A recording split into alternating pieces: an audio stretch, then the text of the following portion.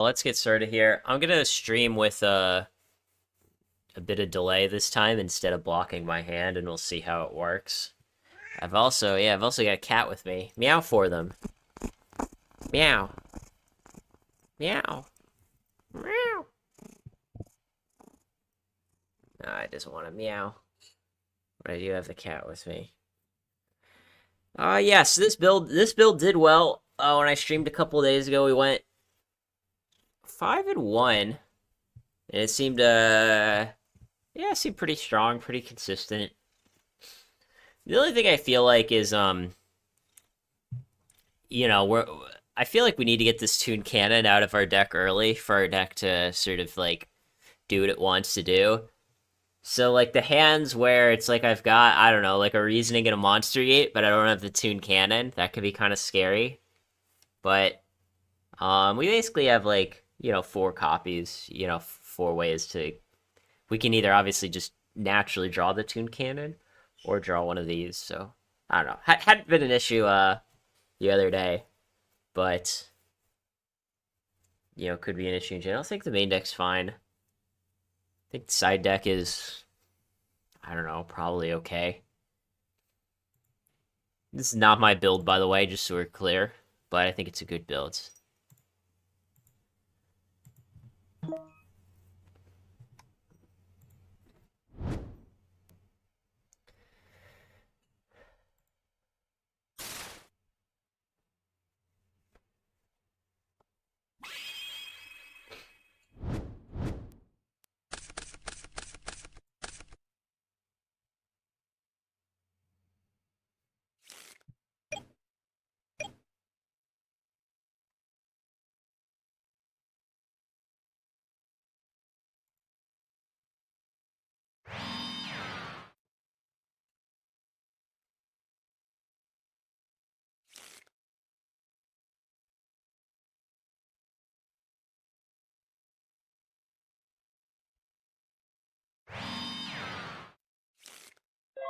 I thought for a while set the second one. Oh, you got double True Nade. Alright,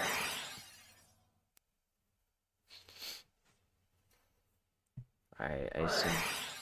Oh, he's just gonna solemn it. Okay. That's pretty weird. I'll just say go. Ironically enough, it might work out because that was like the only playable card in our hand. Since our stream is on delay though, I mean, I know he wasn't stream sniping me.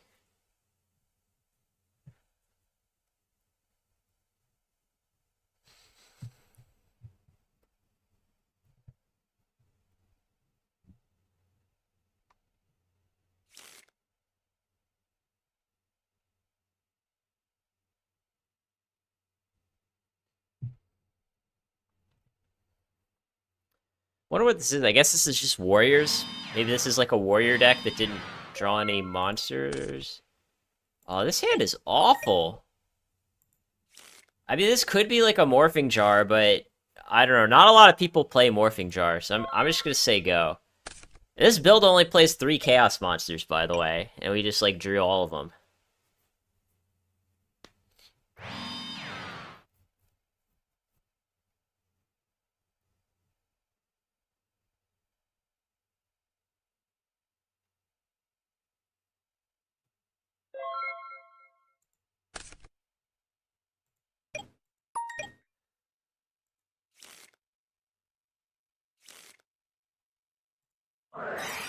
Yeah, I think I'm gonna go for it. Like, my hand is really weird. This is one of these weird hands where, like, I am gonna commit resources without going for game. Then he just solemns again. Okay, I mean, I guess I'll just play another true... Like, he's used double solemn. But yeah, I'm just gonna True Nade again. He just scooped! Alright, I mean, we take those. We take those. That counts as a win. I mean, now I just want to see what he was playing. Like, that was just such a weirdly played game from our opponent. It, like, makes me want, like... I tell you, like, our hand wasn't even good. Our hand wasn't even good. Again, I just want to see what he had. Because it doesn't, like, nothing he did made any sense that game. Nothing he did made any sense at all. I just want to see what his hand was.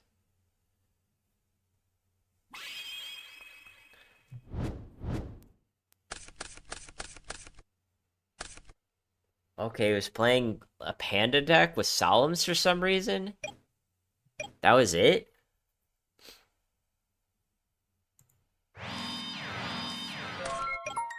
And I don't understand why you wouldn't set your whole back row. And I don't understand why you would Solemn this. And I don't understand why you wouldn't activate Level Limit. He just, like, played this as poorly as possible. Like, just doesn't activate anything. Solemn's a True Nade. And then we activate another True Nade, and then he just concedes the entire match. I mean, I will say, Panda Burn is this deck's best matchup. By a lot. It is very hard to ever lose to Panda, or really any burn, not even just Panda Burn. It is very hard to lose to a burn deck. Obviously, if you're on the Stein build, well, it's a little different, because, like, with Stein, you gotta have 5,000 life points. But yeah, it's like we main deck Toon Cannon to just launch Ojama tokens back at our opponent. You know, like there, you know, when you activate the Tree Nade, if he just chains Ojama Cheer, it's like, great, we can just Monster Gate the Ojama tokens.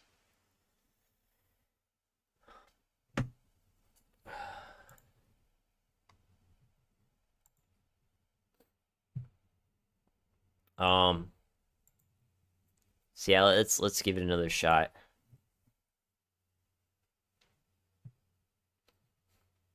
But yeah, I don't get why he, like, Solemns the Toon table. I mean, ironically enough, it wasn't that bad of a play, because every single other card in my deck was dead. But yeah. I don't know, I mean, I like Call. I get that Call, it's like, maybe not necessarily, like, the best card for OTKing, necessarily. But there are a lot of situations where, like, Call kind of gets value over multiple turns, where it's like, you go, like, Call on Sacred Crane, draw a card, True Nade back your Call, the Crane dies, and then you can call Sacred Crane again, draw a card. Like, it's... And obviously, like, Call on Jinzo is super sick. If Demock ever ends up in your grave, having a pre or call for it is really, really important.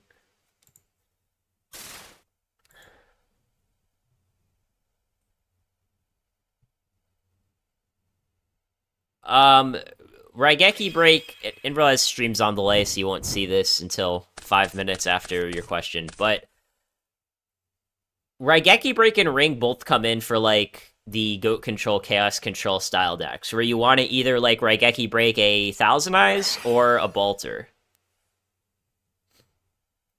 Oh, and this duo here is actually totally fine as long as he doesn't hit our Pot of Greed. Yeah.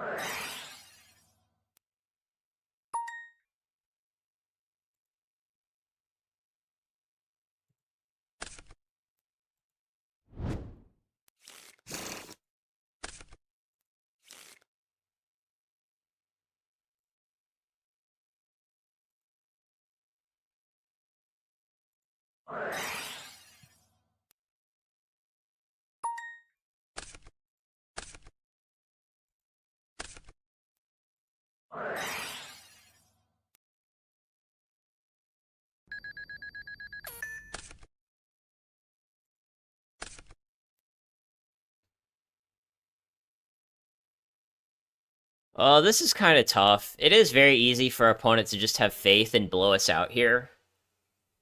But at the same time, like, if he doesn't have faith, I feel like we're in a really great position.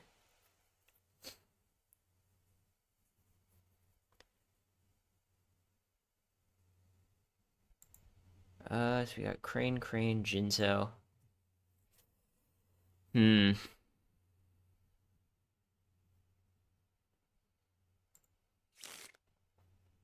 Yeah, I'm just thinking whether we should like go for a play. Oh man. I think we just say go here and hope he doesn't have faith. If he has faith, we're probably just gonna lose.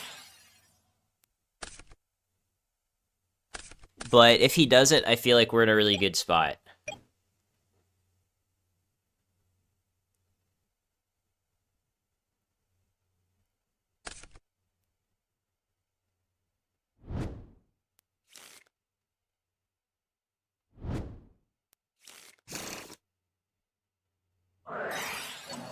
Yeah, you should never do this here. Our back row is always chainable. You should never do this unless you have like Tribe, right? If you have like Tribe as a follow-up to clear the goats here, then this play is fine. But like if the opponent doesn't have Tribe, then that MST is just like a bad play. Or Azura if for some reason he plays Azura. Alright, I mean I guess this is we've seen Thunder Dragon and Newdoria. I mean I'm guessing this is like Chaos Recruiter. I mean he's definitely playing some sort of tomato engine if he's got Newdoria in his deck.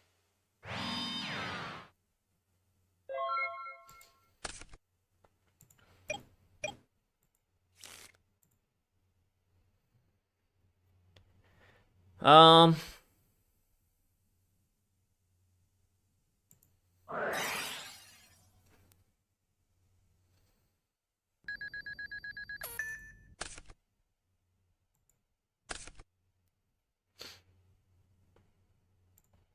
Alright, I think we probably win here.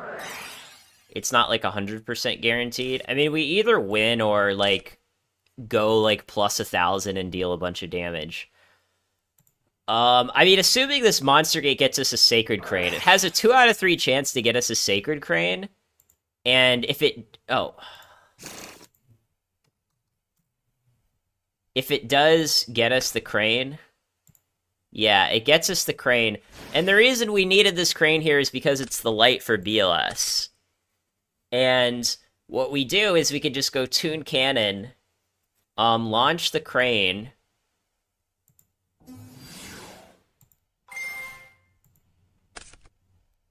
you know, to deal to...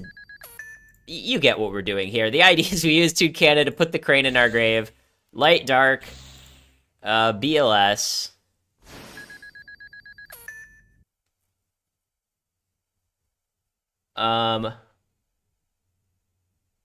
Oh, okay, sorry. Yeah, and then we're gonna get rid of the goat token, deal another 500. And then we go, Dimension Fusion.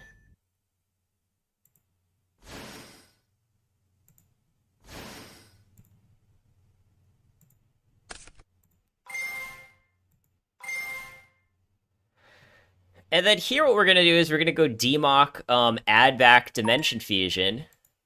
Right? The Crane resolves. And then it's like, depending on what we draw now, it's like we can sort of change our mind here. That's sort of the idea. So we'll just banish this.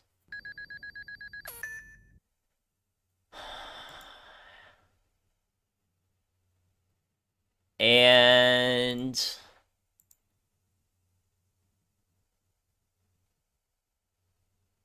yeah, we're definitely just gonna Dimension Fusion again.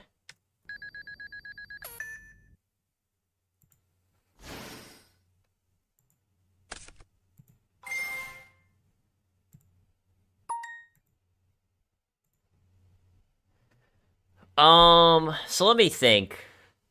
Toon Cannon cannot attack.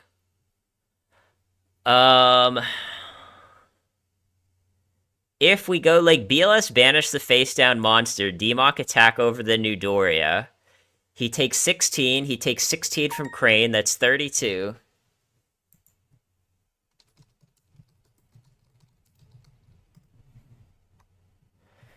Uh, 32. 32 puts him at 43.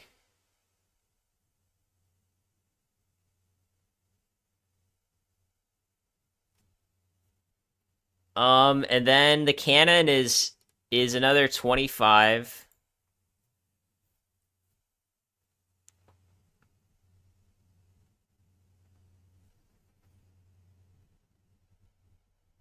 Yeah, I mean, if we get back gate, I feel like we win a pretty large percentage of the time.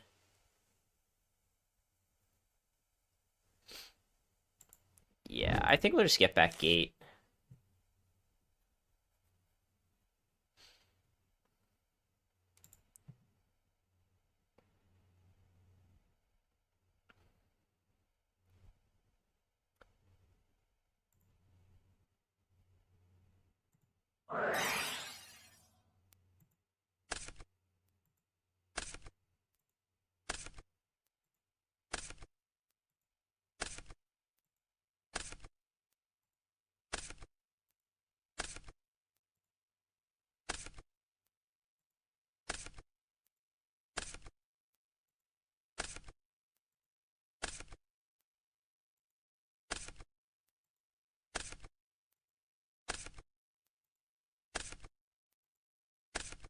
We got Jinzo and Crane left in our deck. Um,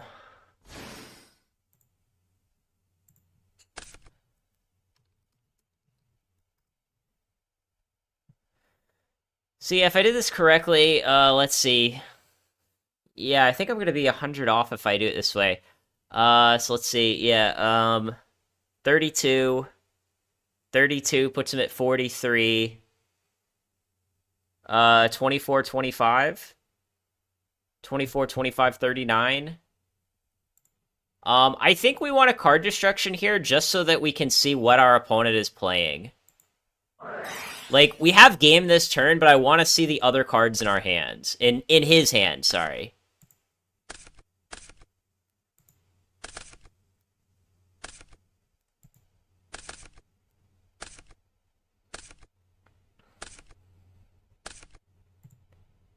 Okay, pretty much just normal stuff.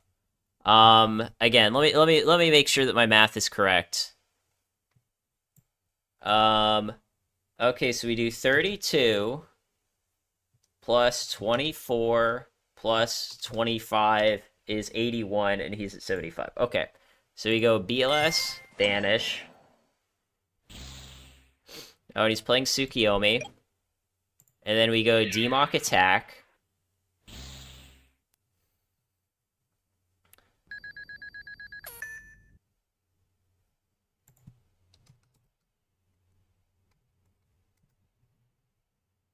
Yeah, 28 minus 12 is definitely 16. Okay, and then we go...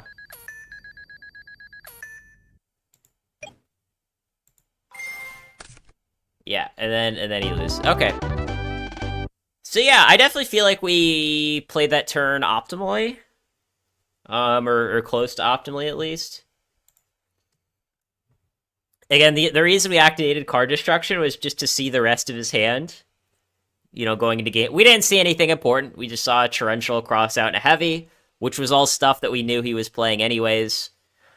But you know, we might have seen something that was really important. I still don't understand the new Doria. I still don't understand the new Doria.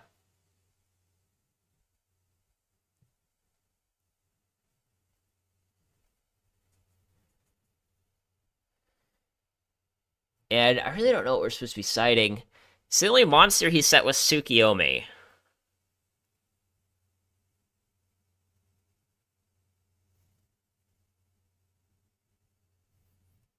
Torrential, yeah, we true-nated. The set card was probably Torrential. That was what we true-nated.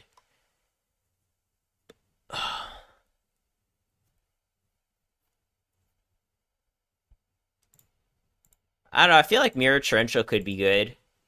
I feel like this was probably, like, kind of a deck that leans aggressive.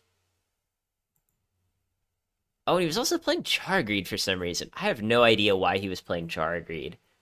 Card destruction doesn't seem great. Yeah, why don't we try this? Why don't we try this? It might not work out, but let's try it.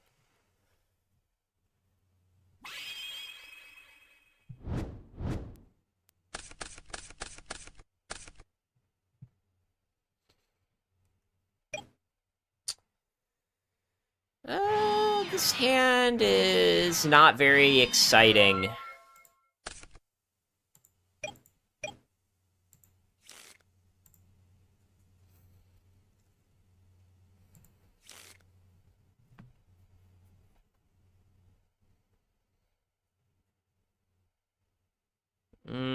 Yeah, I feel like this hand needs, one or two more cards to really.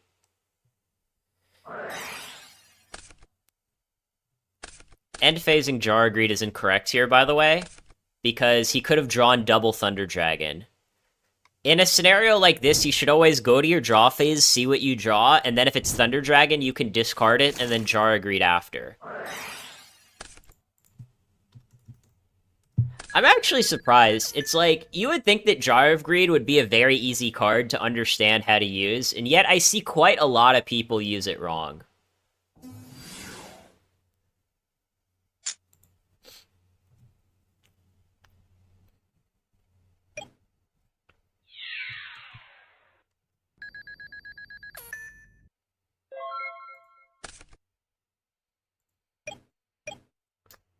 The problem is, like, we still don't have a Chaos Monster, you know?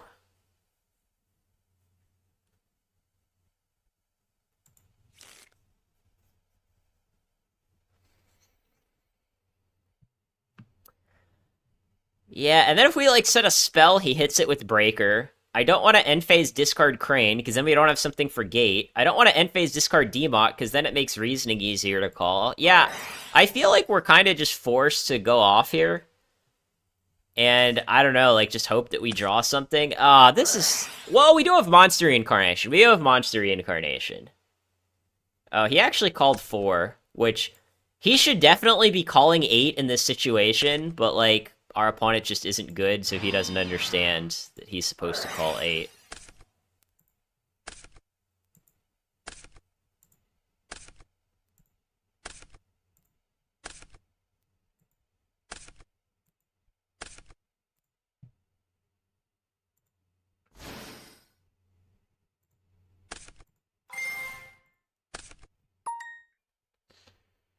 Oh, this is kind of interesting now. Having call is really clutch. I mean, someone said they didn't like call, but call is really good in this specific situation. And I could Monster Gate here, but the reason I don't want to is because Monster Gate's guaranteed to get us a Jinzo, and then if we get a Jinzo, we can't use our call. And that is, yeah. That is kind of important.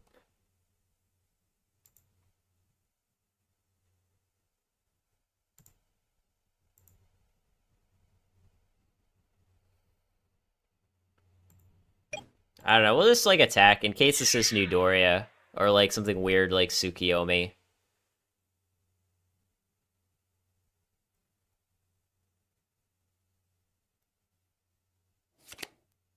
Okay, or that, yeah, or that, exactly. There we go.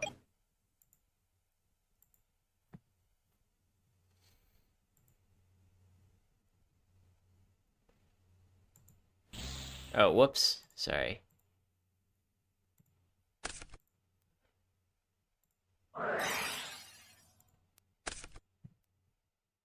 Okay, there we go.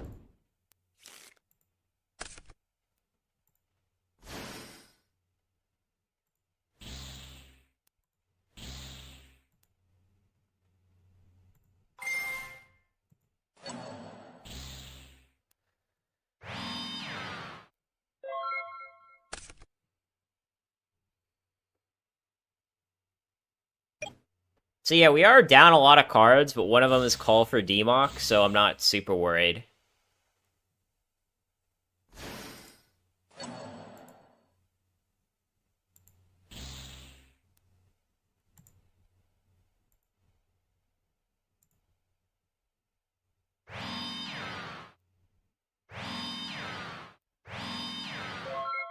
Yeah, and one of these cards could be Raigeki Break, so yeah, I'm just gonna, like, end phase Call for Demok.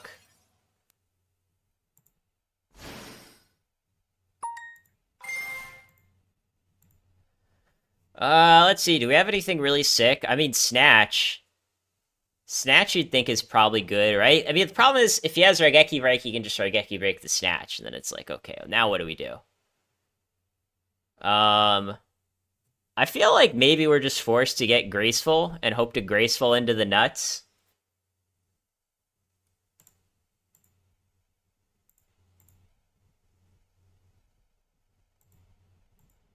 Yeah, like Graceful into Dimension Fusion would be really good.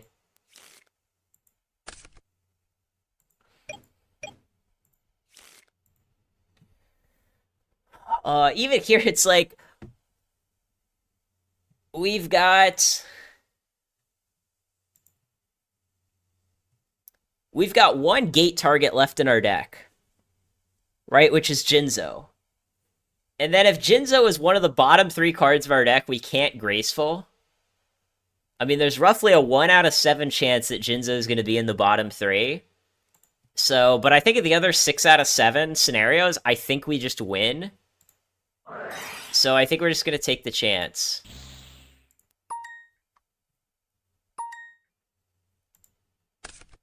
Okay, well, that was definitely not on the bottom of our deck. And now the Graceful just has to draw us into... I mean, Dimension Fusion would be preferred. We still have 3 Dimension Fusions in our deck.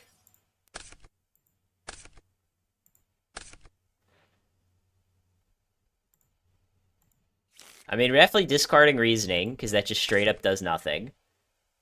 And then we probably don't need Trunade, and then we just go Dimension Fusion Vortex, attack for game. Right? I mean, that seems like that works, right? Because the Crane's going to draw us a card, so that gives us something to discard to the Vortex.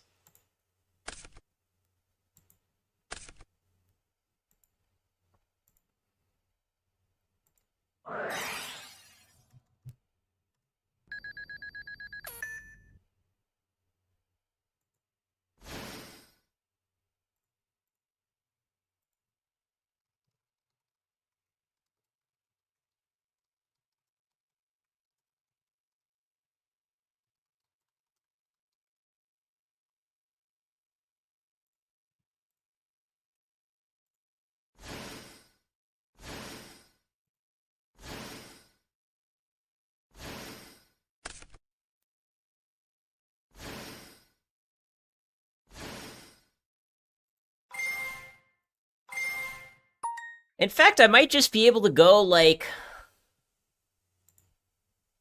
Maybe we just, like, snatch BLS? Right, like, we can go Toon Cannon, launch our Crane, snatch BLS, Vortex kill everything else, attack for game. That's probably, like, the cleanest way to go about this, right? Yeah, I think we'll just do that.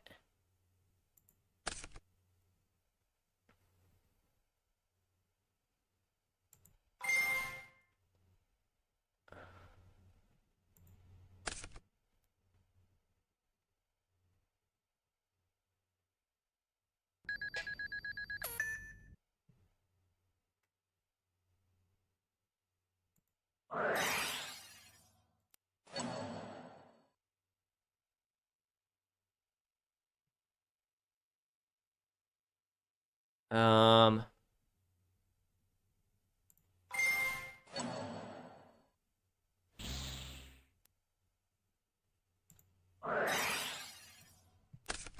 I mean, he could have goats.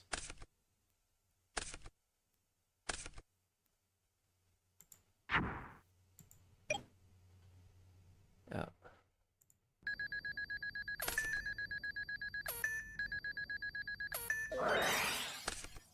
Okay, he had Needle Sealing. His build is weird as hell. It seems like Chaos Turbo with, like, a lot of tech cards. Alright, but we win. We've been on a roll with this deck. We've been on an absolute roll.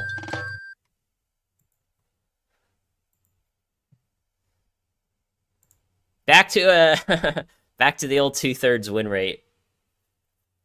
We were above 2/3, then we fell below 2/3, and now we're back to 2/3 again. I mean, this list I almost feel like I just need to redo my Reasoning Gate deck guide on my channel, just so I can just tell everyone that they should be playing this list. Maybe we've won how many games in a row? 7 games in a row. Which in GOAT format, 7's pretty good. I don't know. I mean, the side's definitely not perfect. I think the side's never going to be perfect, if we're being totally honest. Because it's a lot harder to construct, like, the best side deck for this in comparison to, like, you know, Chaos Turbo or whatever. But, yeah, deck's good. So yeah, and we still got, like, a couple more hours to play. Probably going to play, like, 3 more matches.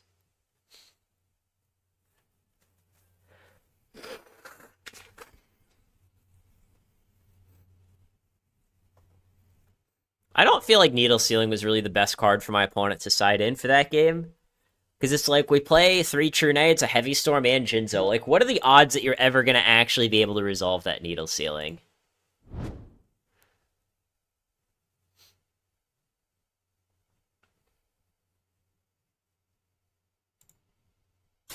Darn, he got me.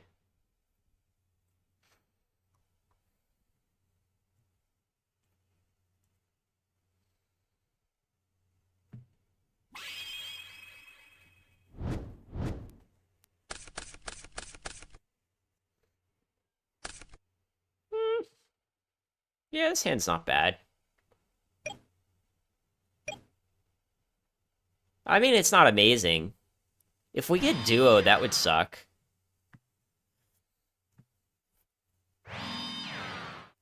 Even if our opponent does shoot at us, that would make our hand a little worse, just because we don't have the Chaos Monster with Dimension Fusion.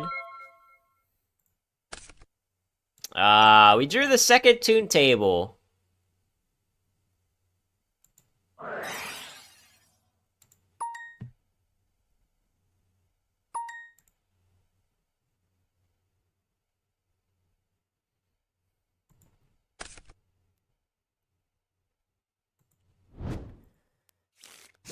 But this is why, like, card destruction can be a little awkward, because it's like, with card destruction, obviously, if I don't want to discard the Dimension Fusion, I can set it, but there's no way to not discard the Chaos Sorcerer, right? Like, I would kind of want to keep the Chaos Sorcerer, I think. Maybe not, I don't know. I mean, we could just card destruction right now. But I feel like our opponent's hand is not that great, because he didn't open a monster. And if we card destruction now, it's going to fix our opponent's hand, and it kind of puts pressure on us to, like, do something right away. I'll just say go. I'll wait 1 turn. If our next draw is a brick, then we'll probably card destruction next turn.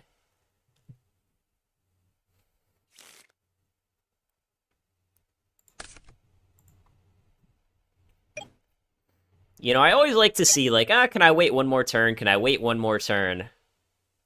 Sometimes I do get myself into trouble by being for playing too safe. Oh, it's a mirror. Well, I'm gonna call 4 here. I mean, I know a lot of times we should be calling 8. But the problem is that I feel like if this reasoning gets anything, we're just gonna lose. Okay, well, I wasn't calling 7, and now we know it's a Stein build, because we've seen Megamorph Fusler.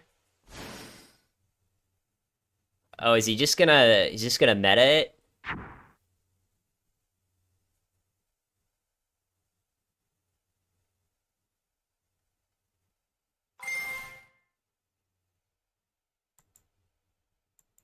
I don't know why he was declaring the effect again.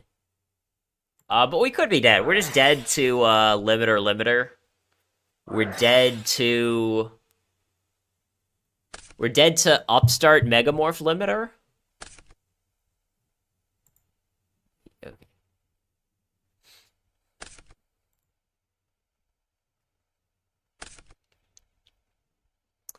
I think we're dead to... What else are we dead to? Just to Stein? We're not dead to just Stein. That would be 300 short. It's 300 short if he doesn't have Megamorph or Limiter. He probably does have Limiter, though, let's be honest.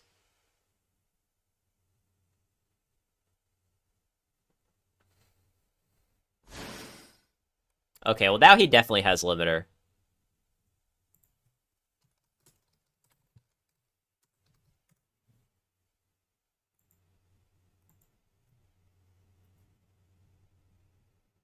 I don't know why he's... Yeah, I don't know why he, like, had to take so long to kill me. Um...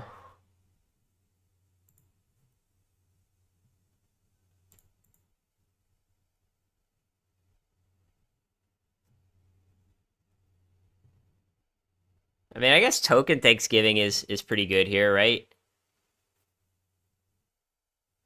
And, like, MST is a lot better than, like, True Nade. Like, in this matchup, we just don't want True Nade and Heavy, because they just don't do anything.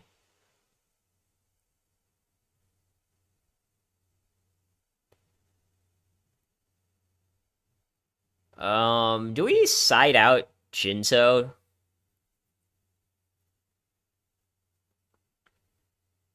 Because we're bringing 7 in. Yeah, I don't really like card destruction here, I'm not gonna lie.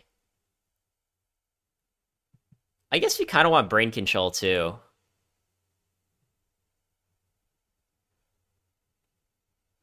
Yeah, we can side out Jinzo. We'll still have enough darks. We'll still have enough darks. Um...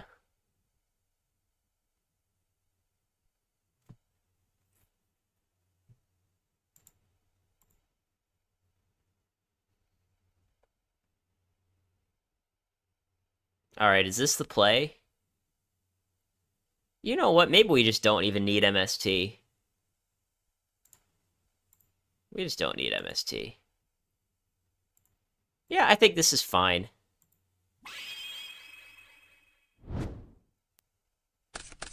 Yeah, the idea, guys, is we keep playing the same deck. Right?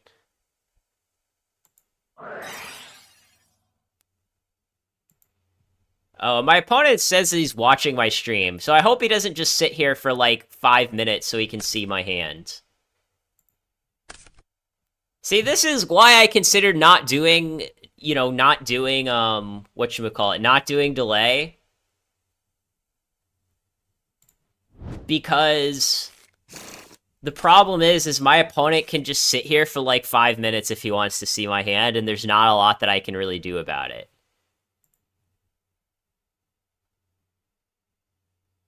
Here, though, I think I'm just forced to Monster Gate and hope I get a Spell Canceller. The problem is, like, Spell Canceller isn't even that good against this variant, because, like, he can just Stein and attack over it. Like, that's the problem. But, like, if he has Stein, I'm just gonna lose anyway, because I have, like, no defense. You know what I'm saying? Like, it's...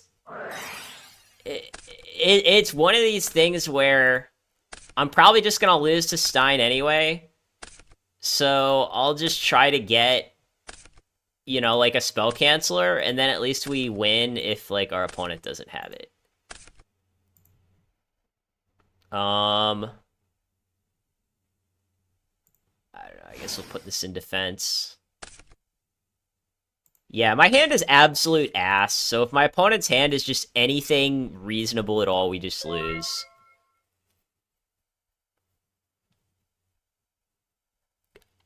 Again, guys, the point is that we keep playing the same deck. Like, I could play Chaos Turbo too, but the point is to play the same deck in the stream. Like, I don't want to argue about whether the machine build is better.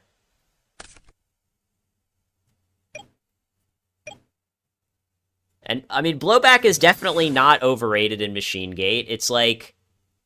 It's literally a staple. It's by far one of the best cards. But again, I don't want to argue about it. I want to play the same deck and see what our record is. Like, again, if we're just playing a different deck every day, it defeats the whole purpose of the challenge.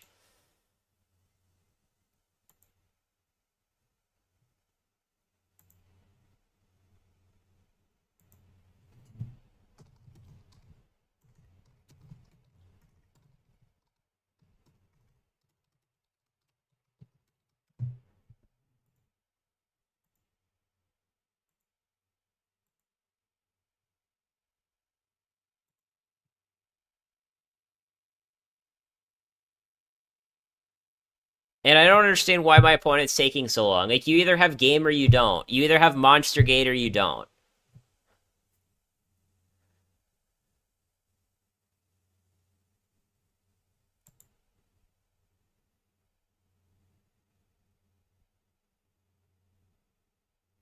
Like, my opponent's actually just gonna sit here so that he can see my hands. Like, again, this is why I hate doing delay. My opponent said he's watching the stream, and now he's gonna sit here for 5 minutes so he can see my hand. Like, again, you wonder why I don't do delay.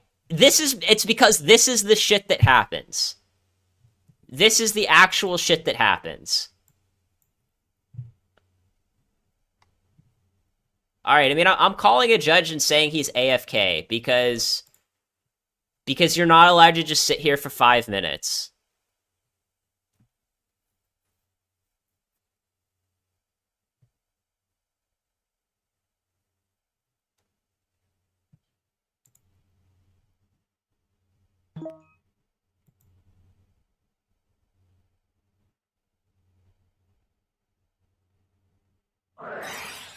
Alright, I'm dead. Like, he just killed me in his first battle phase 2 games in a row. There's not a lot you can do about that.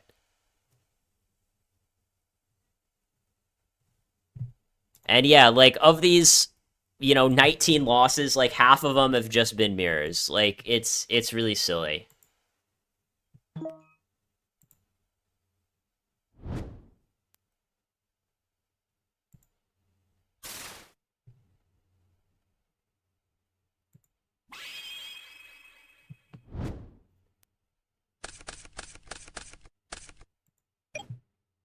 Oh, this hand's really good. I mean, it's not the absolute nuts, but it's really solid.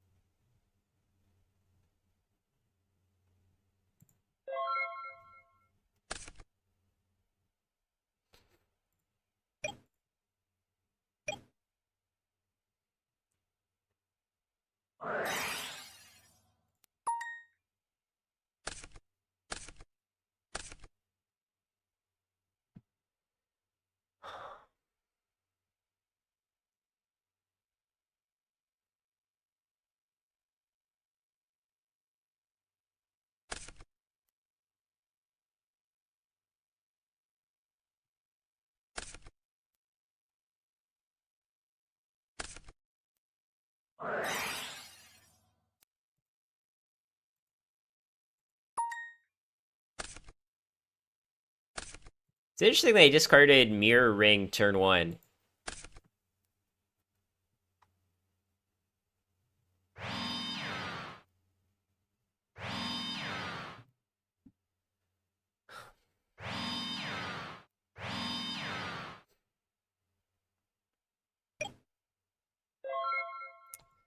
I guess I'll end phase goats. I mean, I don't really know what the matchup is.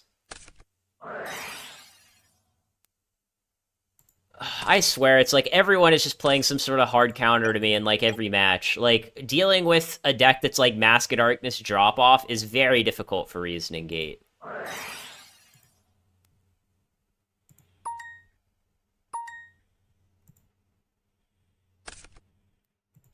Well, I was really hoping my mills would just be better than a crane off the top.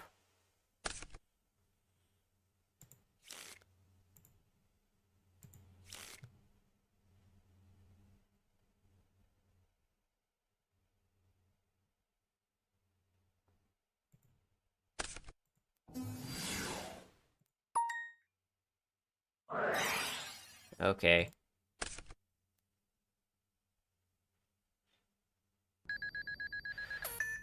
So this is kind of an interesting situation. I definitely want to pre something. I'm just thinking, like, which do I value more? The draw 1 or the negate all traps? I actually think here, I think I would rather just draw 1.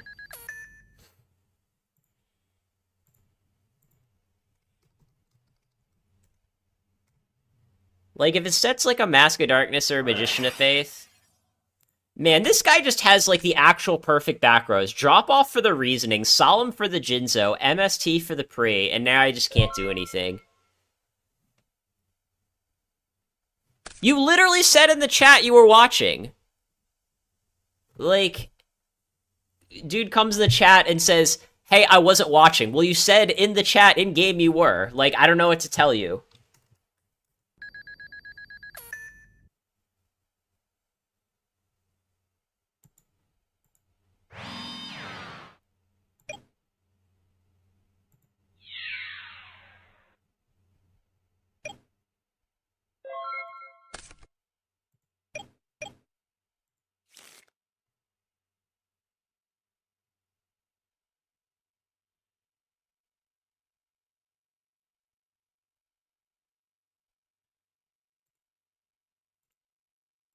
Yeah, we'll just say go.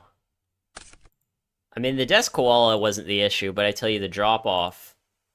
The drop-off for the Reasoning, the MST for the Pre, and the Solemn for the Jinzo. Like, just perfect sequence of 3 back rows. After going Pot Graceful. Okay, and I guess he just has Tsukiyomi. Oh, this is so silly. Oh, we'll just get him in games 2 and 3.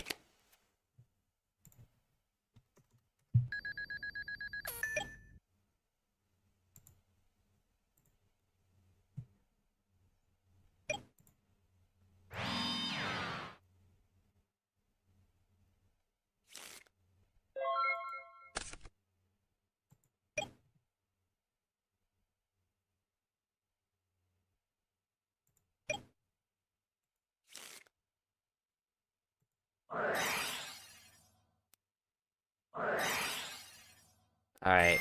Can't. Yeah, I mean, like... I swear, like, these people just have the perfect counters to everything I do. I mean, luckily, we've got a great side for this. I think probably just decrees and that's it.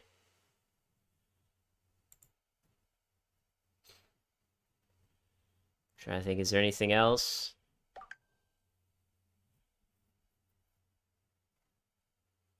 Even, like, Snatch and Vortex don't seem great in this matchup.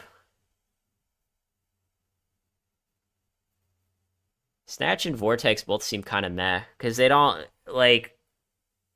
Our opponent's issues are typically not face-up monsters.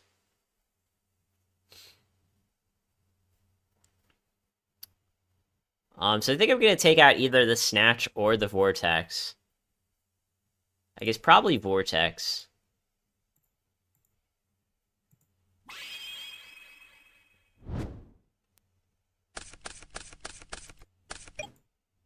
Alright, this hand's good.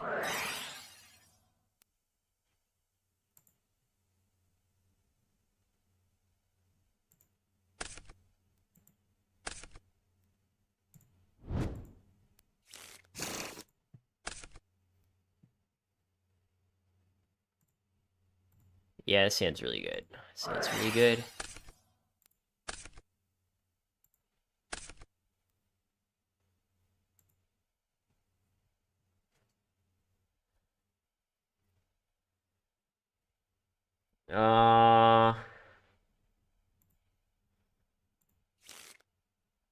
Yeah, no reason to activate Graceful yet. We'll just go set, set, set, say go.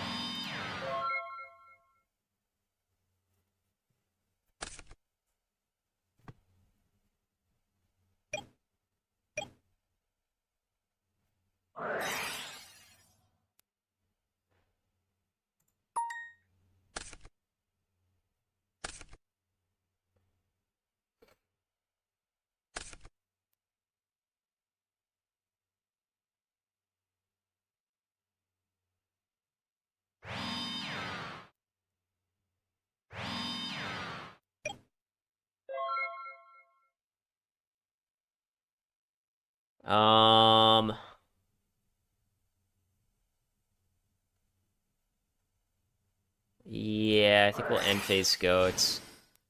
It's a little weird because we're gonna have to summon Toon Cannon before we activate Reasoning.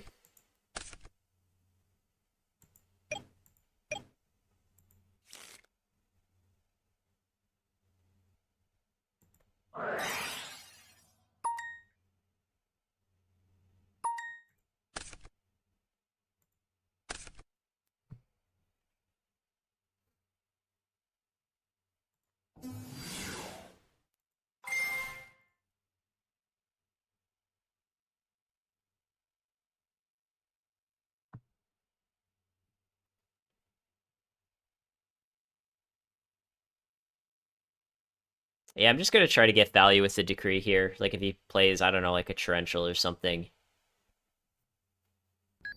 Like if my opponent's set multiple back rows, I would have end phased the Decree, but since he only has one back row, we're just gonna leave it set. I mean, his set could be a Solemn, but I don't think it is.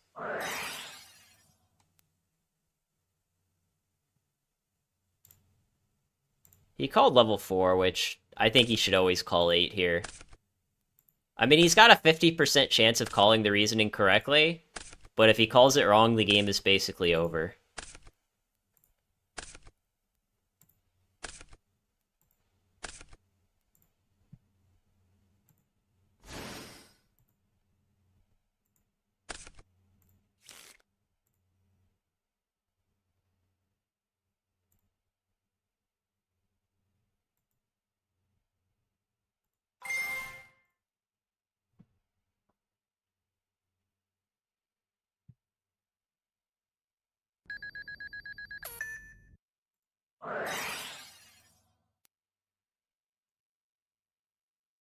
Alright, he's calling 4 again. I mean, at this point he has 2/3 chance of getting it right. I can't really blame him for calling 4 now.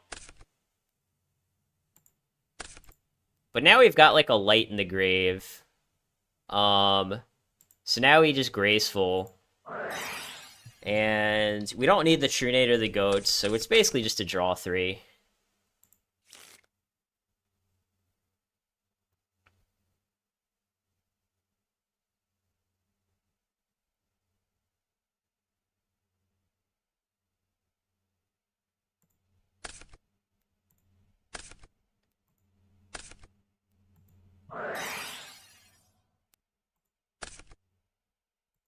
What an awful card to draw. What? Oh my god, these are like the actual worst. I basically got a draw 5 and just got the worst possible cards off of a draw 5 in like my 13 card deck. That is just so utterly gross.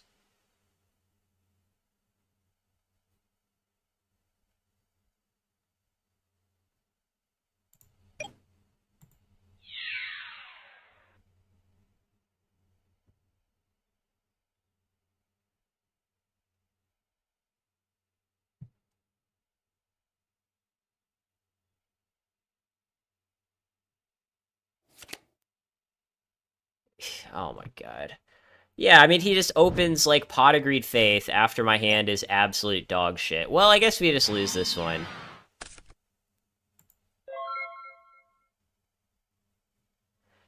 I mean, it's not 100% over. I mean, he could just, like, draw 20 cards and have all of them be bad. I mean, it happened to me, so I suppose it can happen to him, too. But...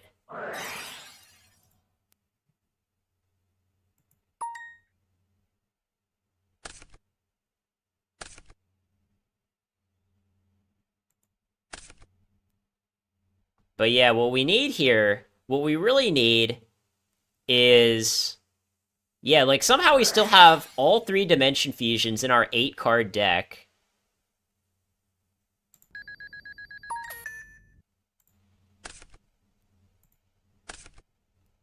So what we really need is, like, a Dimension Fusion plus a BLS.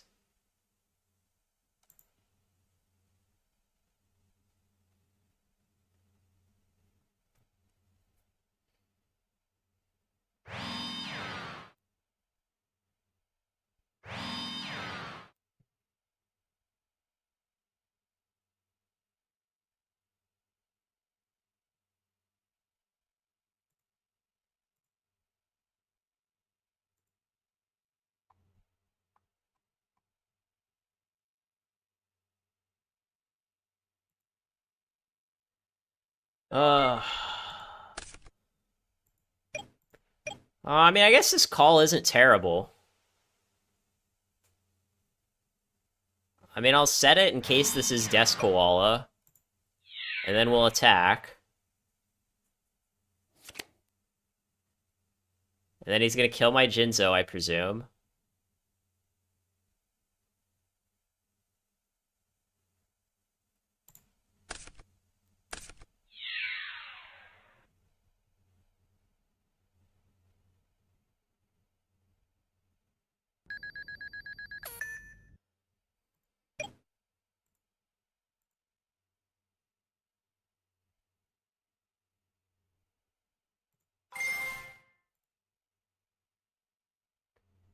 And I have goat set, so I want to, like, un-goat lock myself.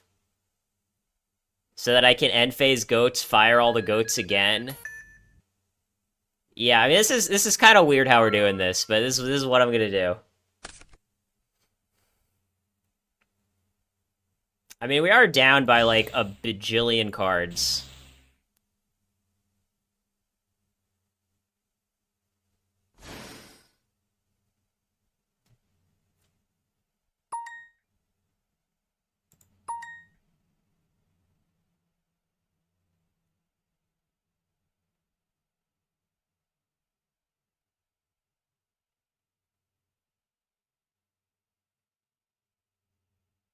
And note, we cannot activate goats and call in the same turn.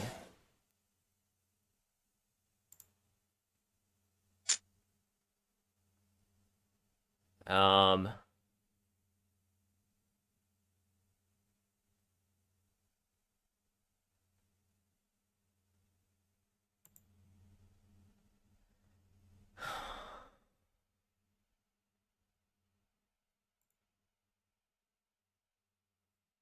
If he pops the call...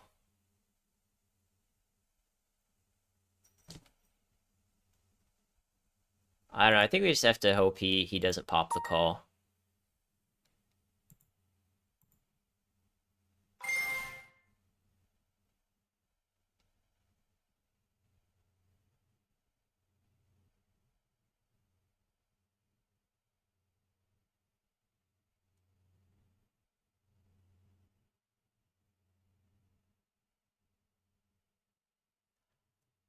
I swear, people in the chat, it's like, I literally do anything, and there's just someone in the chat who just thinks I should do the other thing. For like 10 days in a row, people said, take the hand blocker off, add stream delay, and then I do that, and then people in the chat go, why did he take the blocker off and add stream delay? It's like, what do you people want from me?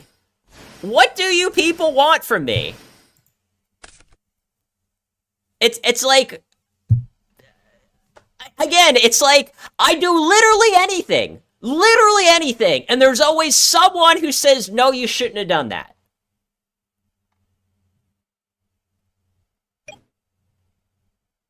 I swear to God.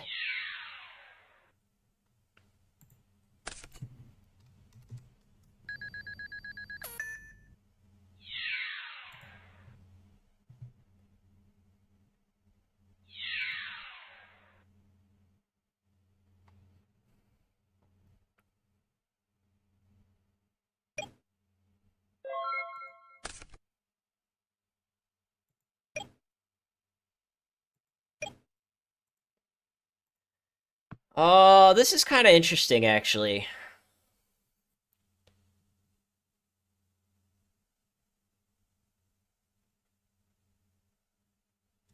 I can call for Demock. And if he Solemns, I think we just lose. I mean, I can activate Decree.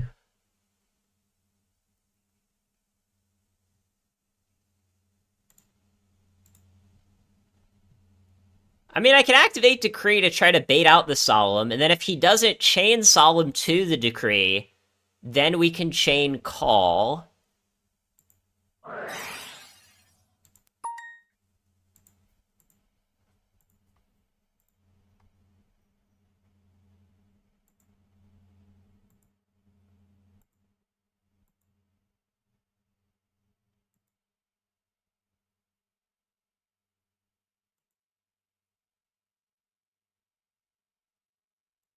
Yeah, he's thinking hard. Look, guys, look how hard he's thinking.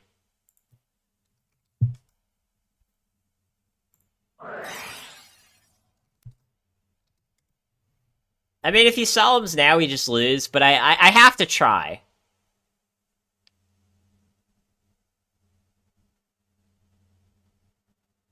If he Solemns now, we just lose. But it's like, okay, I guess he just doesn't have it.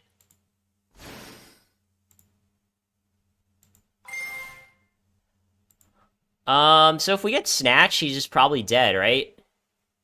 I mean, unless he has exactly Book. Let me try to figure out if there's something that wins through Book. I don't think so. I actually don't think there's anything that wins through book straight up.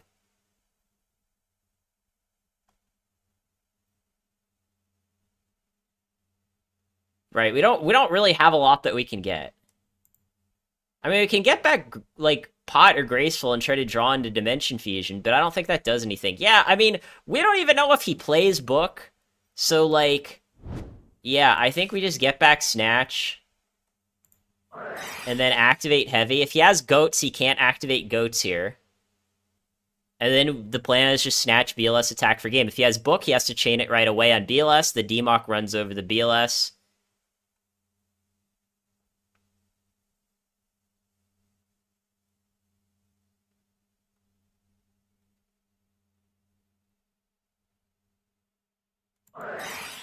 Wow, he actually has Book. Like, I swear, every turn it just seems like he has the perfect sequence of cards.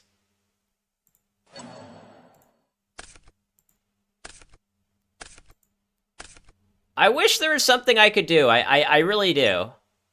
I don't know why he didn't Solemn. If he just Solemned the call... If he just Solemned the call, the game was over.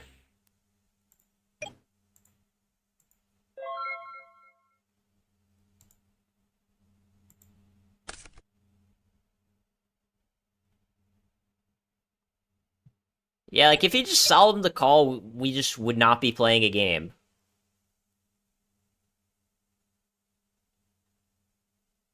I mean, I guess he was... Yeah, I mean, he had even had Book set. I don't know. I don't know why he didn't just Solemn the call.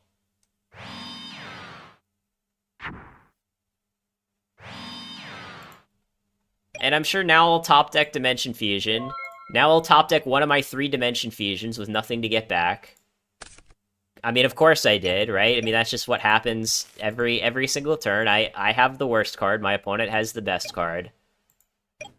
Do I want to just, like, set a Dimension Fusion to play around, like, Deskawala? I don't know, probably.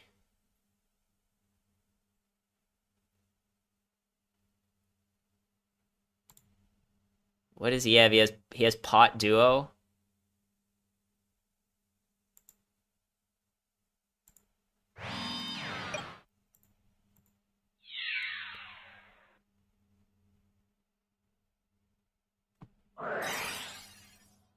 Oh, Jesus.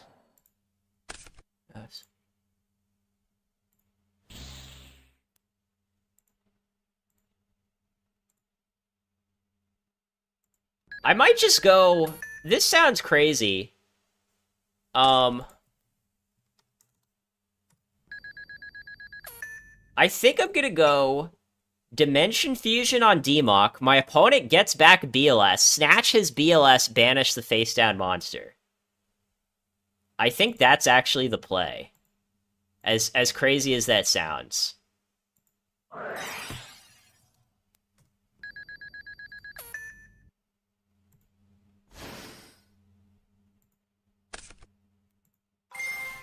The problem is I have no idea what to get back with DMOC. Like, there's just nothing that good in my grave to even get back. That's what's kind of wild here. Like, there's no Monster Reincarnation. Monster Reincarnation would be sick. But I don't have that. I mean, I guess we could get back Pre, right? Probably just get back Pre. And just go, like, Pre for Jinzo. Pre for Jinzo, Snatch, call it a day. Yeah, I guess we just do that.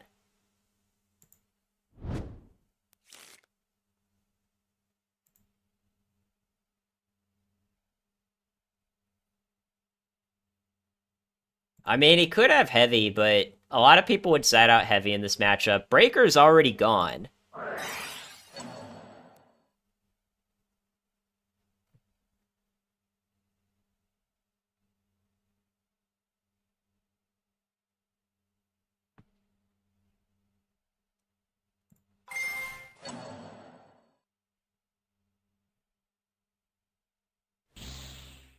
Oh, Mask of Darkness, that's good. That's good. We like getting rid of Mask. And yeah, I mean, I think we, like, lose to Heavy and basically nothing else.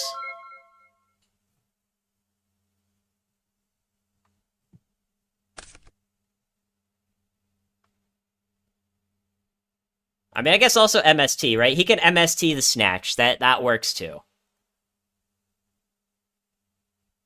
He can MST the Snatch and just dismantle our entire board. Or no, he could actually just attack us for game.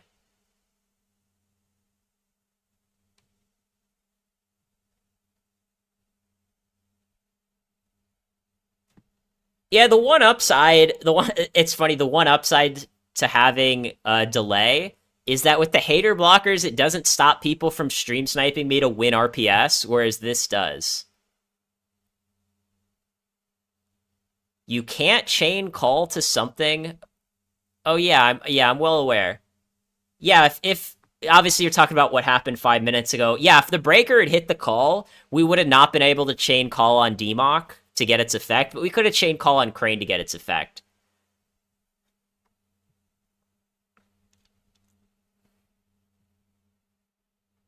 But yeah, now in this spot, it's like the opponent has to have something to kill Snatch or the game's over, right? That's what it's. Either you have the out to Snatch or you don't. Oh, he needs to gain 1,000.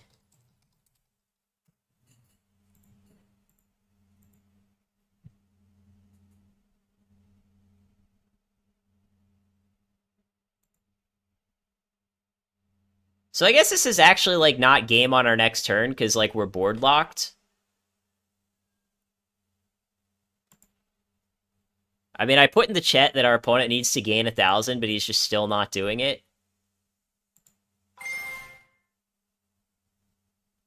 And he keeps looking at his grave. There's nothing that can do.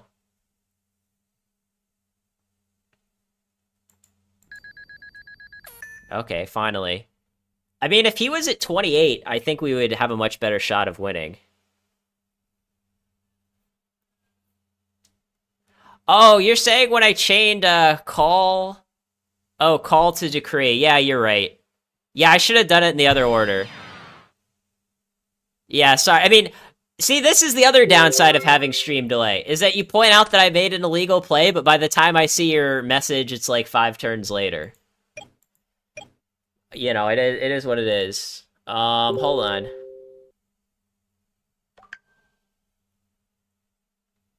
This Dimension Fusion is a dead card. We can attack over 4 monsters, but I don't think I want to. So yeah, I think we'll just go BLS, banish the monster. Put DMOC in attack. Have DMOC, I guess...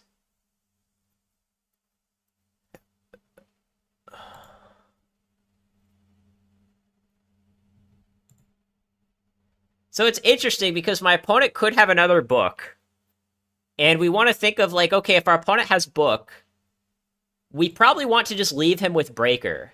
So I think the play is we go, DMOC attacks the Faith so that he doesn't have a light in his grave. Jinzo attacks Night Assailant, and now if he has Tsukiyomi or book, he doesn't like have any valuable targets.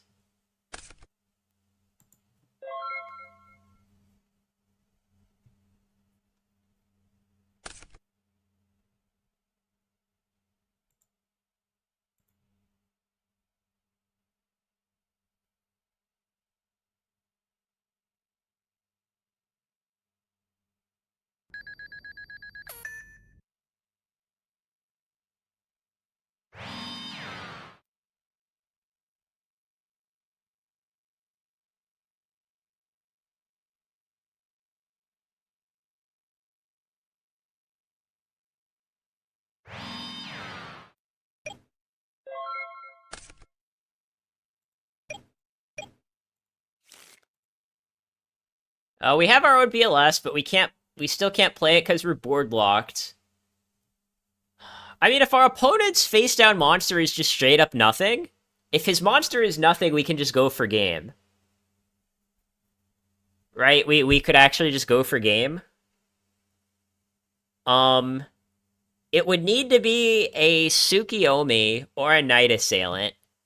One Night Assailant is gone.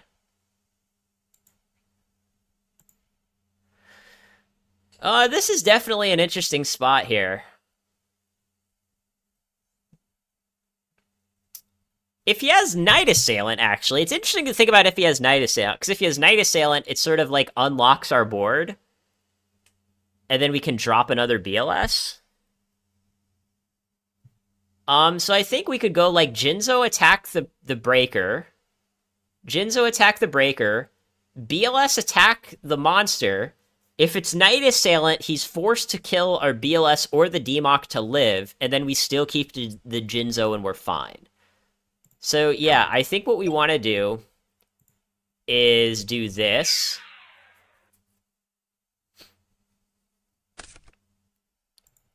And then this.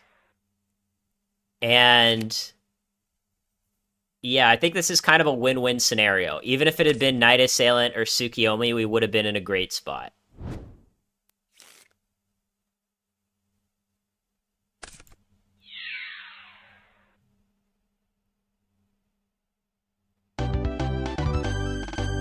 Okay, so we go to game 3. Yeah, I mean, obviously, if I should have considered the Demok missing timing. Had I known that, I would have just gone... I would have called first rather than went Decree Chain Call.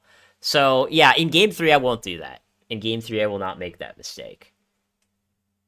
That was a pretty interesting game, though. That was kind of a long game.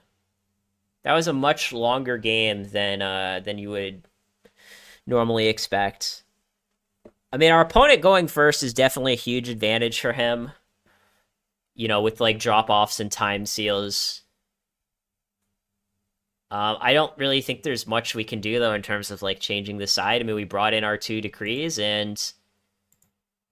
You know, we'll hope that's good enough. I mean, it's funny, I considered siding out the Snatch, but the Snatch basically won us the game. It was actually kind of a cool play that we went Dimension Fusion, bring back our opponent's BLS, Snatch BLS. That was kind of a fun play.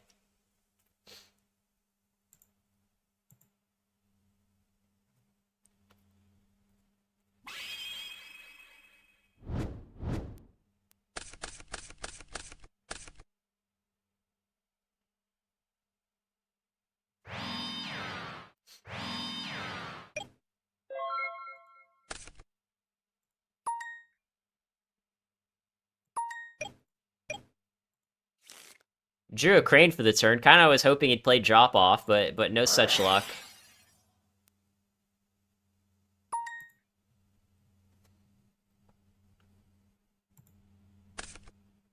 So we got the Toon Table. So I'd say we're off to a pretty good start.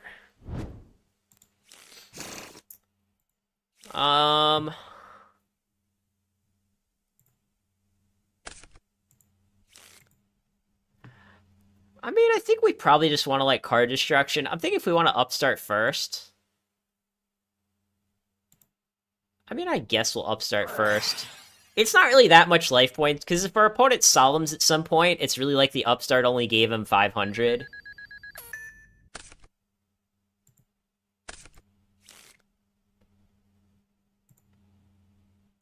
I think I'll Reasoning.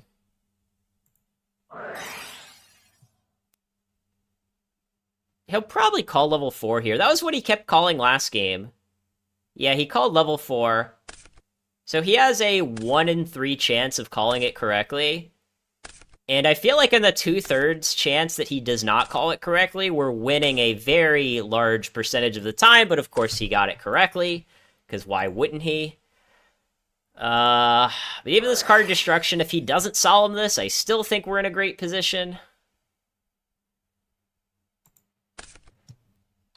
I have no idea why Hammer Shot is in his deck, by the way. That is, like, the weirdest card I have ever seen in my life. Yeah, this card destruction just got me absolute ass. Yeah, this was... Oh my god. I tell you, I feel like every time I put myself in these spots where it's like, oh, I've got such a large percentage chance to win, I just always low roll, you know?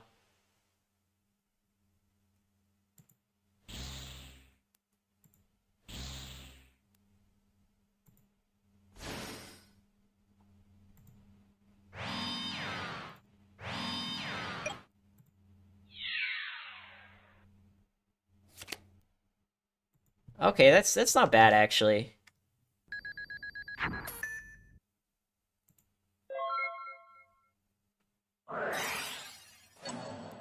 Okay, that's fine, too. Yeah, we're playing around like Duo Dust Shoot here.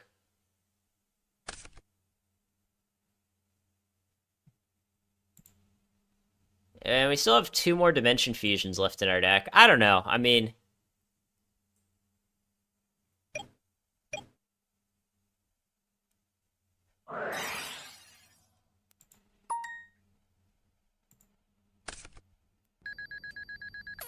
Yeah, we'll have to see what his follow-up is here. Because if he can't out this Sork, I actually feel like we're in a pretty good spot. Like, if he doesn't have, I don't know, like Snatch Steal or something.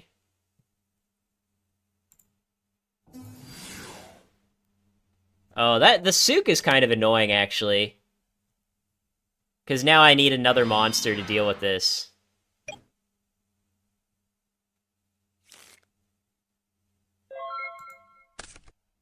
Oh my god, I'm just drawing, like, just such awful cards. Like, I'm just... Card destruction, draw into garbage, draw for turn, it's the Demock, like... It's highly frustrating.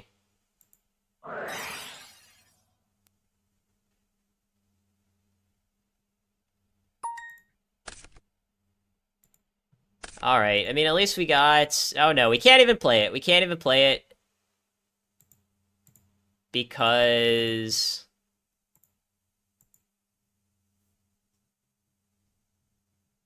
Yeah, I mean, we've got 2 Dimension Fusions out of 17 cards.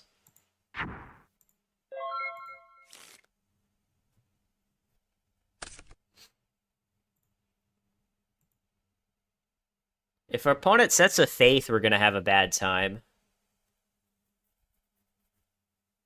If our opponent has, like, a bunch of Solemns, we're gonna have a bad time. If our opponent has a bunch of drop-offs and time seals, we're gonna have a bad time. If our opponent has a Snatch Steal, we're gonna have a bad time. I feel like if our opponent has almost anything, it's gonna be a bad time for us. Oh, well, this is actually a good draw.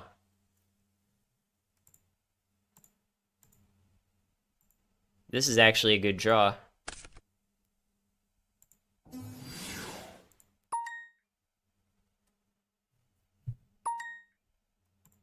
And now we can just go banish, banish, BLS.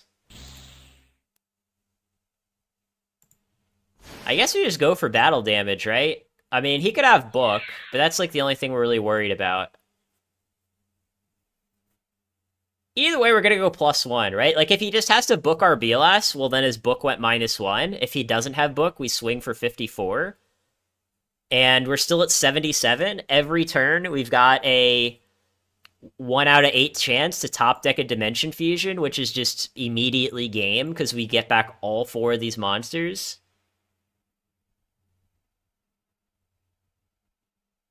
I don't know. Yeah, I'm attacking with BLS. Okay. And I think I will attack with Jinzo. Should I attack with Jinzo? Because he could... Does having the big shield face up do anything? Not really. It doesn't do anything unless we top deck another Sork and the Light Dart go into our grave. Yeah, I don't see a point in attacking.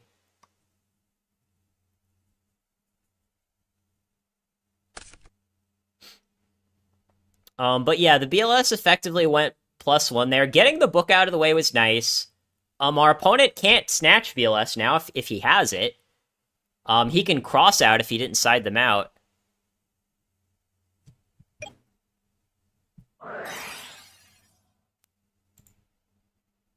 Alright, the Messenger's fine. I mean, we can just still keep going BLS Banish every turn.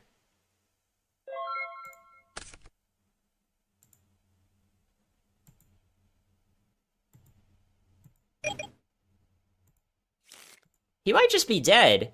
Cause we can go like uh be okay, hold on. Let me think. Cause we can tribute. How do we have no spell or trap removal in our Oh no, we have two true nades. We have two true nades. We can go Dimension Fusion. Dimension Fusion, get back. Toon Cannon. Crane. Yeah, I think he's just dead here. He's just dead. He's just dead. There's no need to overthink this. He's just dead.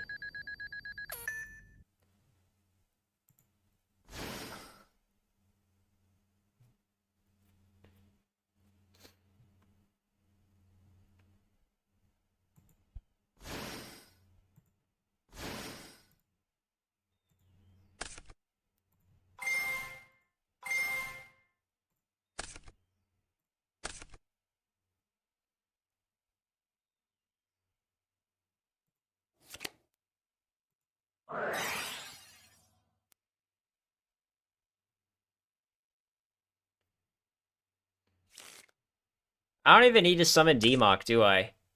Let's see. Is this game through Karibo? If it's not game through Karibo, I'm gonna keep pushing. 3K.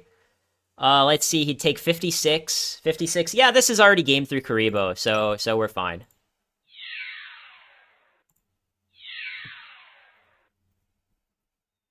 This would be 81 even through Karibo.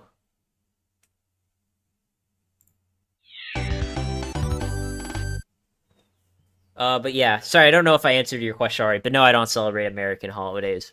My wife wants to celebrate American holidays more than I do. But that's just because she just wants every day to be a holiday.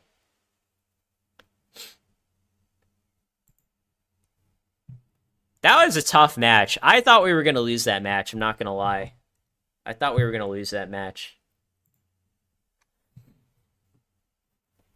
Sorry, I have a bit of a cold.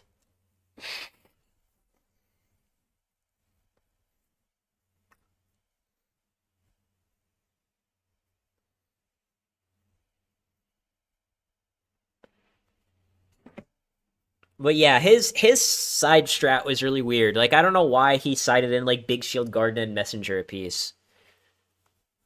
Like those seemed like I mean Big Shield Garden isn't the worst card in the world, but it's definitely not good. Especially since our deck doesn't even play like Cross Out or Mind Control. Like Big Shield Garden is basically in his deck, it's like a 26 vanilla with a downside. 2600 defender with a downside.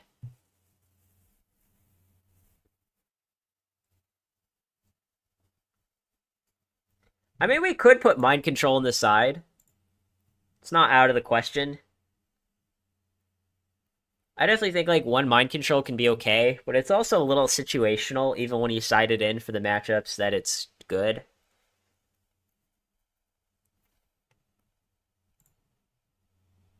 Anyways, let me take a break real quick.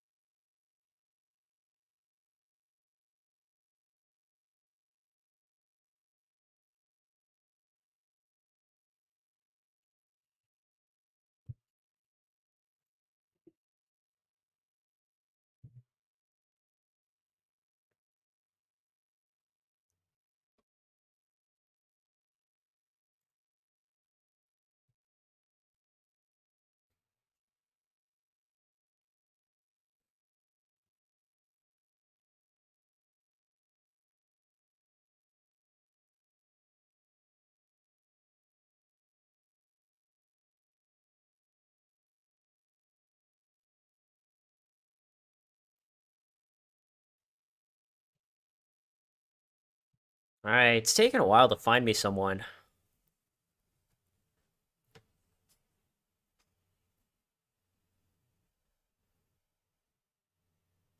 Hold on. What's my rating? We're like 6. I don't know. I feel like that was the rating I was at last time. Like, did it not just give me rating for going like 4-1 today?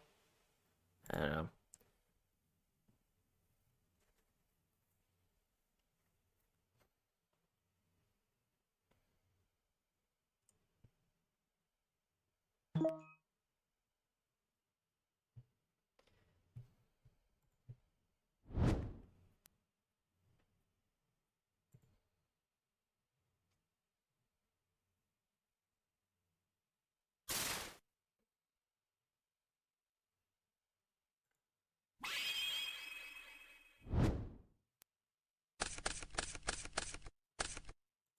Hmm.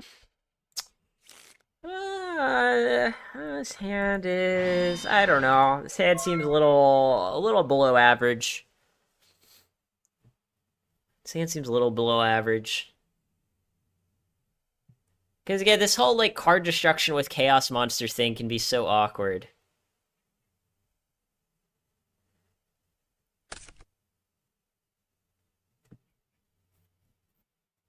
I think this is another guy who's watching my stream based on what he's saying in chat.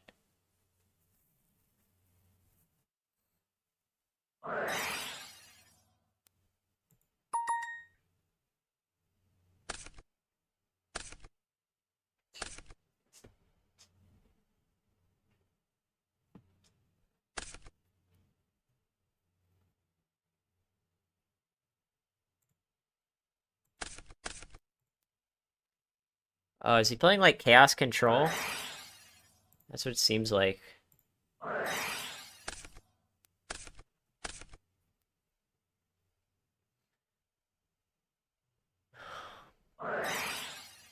Oh. I think here we'll just call level 8. The problem is, if we call level 4 and get it right, now he has Light Dark in his grave. Okay, well I wasn't gonna call level 7.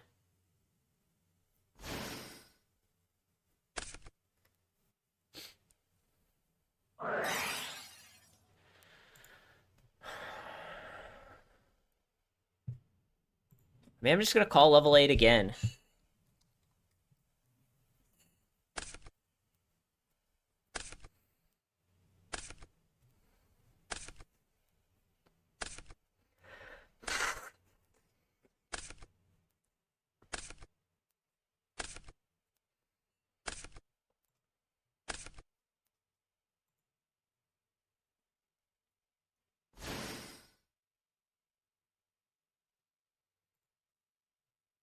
I mean, if I'm only taking 45, I think I think that's manageable.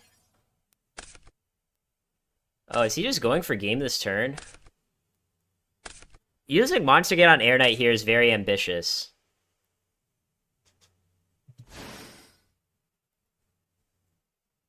Oh, I didn't see what Chris's message was. His message retracted.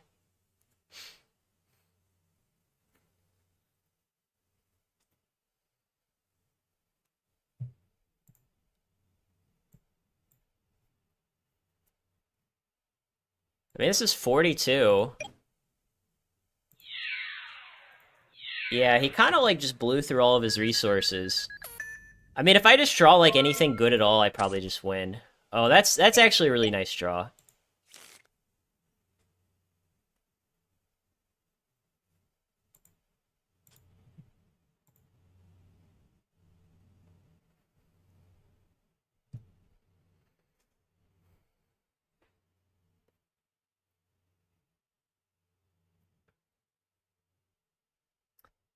Well, let's see. If I reasoning Milla Dark and like he calls level 4 and it hits Crane, that gives me Light Dark.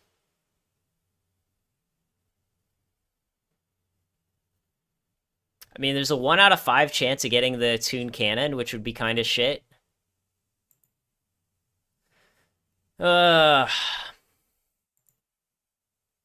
It's funny, if he had a few less cards in his deck, we could try to, like, activate card destruction and deck him out, but I don't think that's gonna happen. Uh... Yeah, I think we'll just activate Reasoning.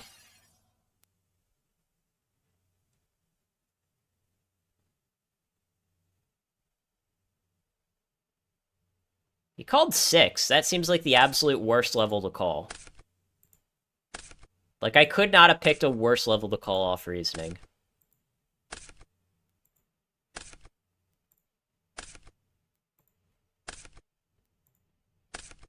Okay, game's over. Game's basically over.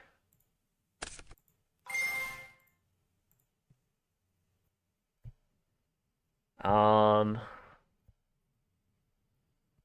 could get, like, Monster Gate. And just gate the Demock, defusion it back. I mean, that's probably the play. I'm just making sure there isn't some other, like, obvious thing I should do instead. The gate can get us a Crane, a Jinzo, or a Toon Cannon. I mean, Crane is definitely the card we would want.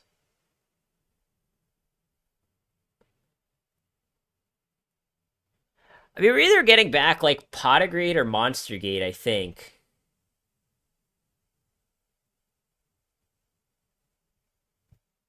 Yeah, I think we just want to take the gate.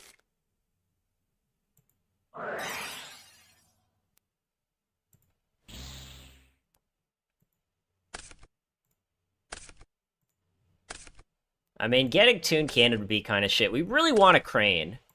What we really want it is a Crane, just because it's like a light monster.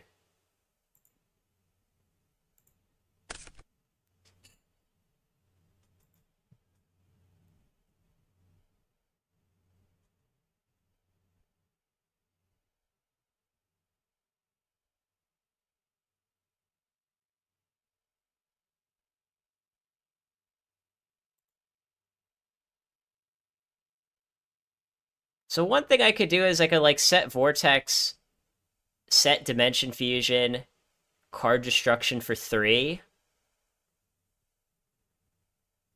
And then it's kind of like, we'll see what we get, and then we'll decide what to do, kind of a thing. I don't know. I think probably just Dimension Fusion.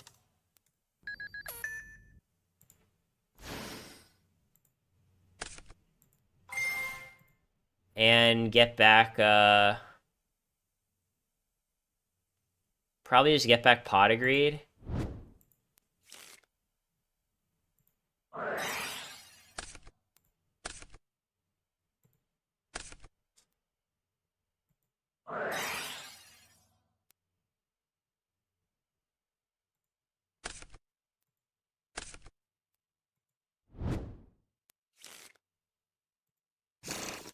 And now we'll Reasoning into Crane. He'll probably call it correctly.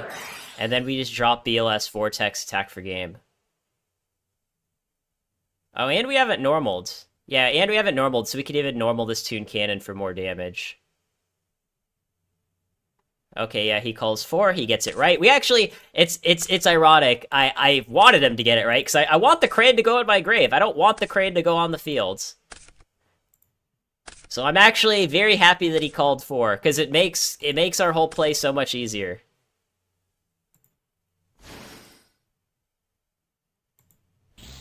It makes our whole life a lot easier. And, do we even need a Vortex? This is 52. Let's see, 14. 14 plus 4 is 18. Yeah, we'll just save the Vortex, I guess, and do it this way. I mean, it's not like, you know, there's some sort of hand trap.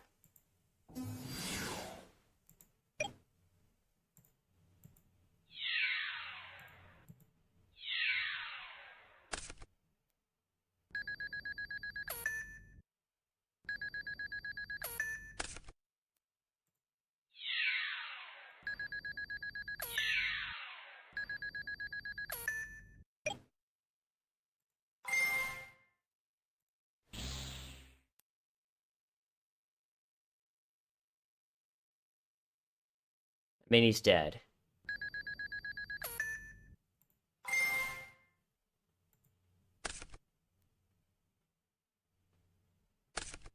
Okay. So we won game one, which is pretty important. He seems to just be playing like kind of a standard-ish reasoning gate deck with like a lot of weird tech choices. Like we saw Crossout and Creature Swap, and he immediately clicked Done Siding, which means he's gonna have Crossout in his deck for game two. Uh,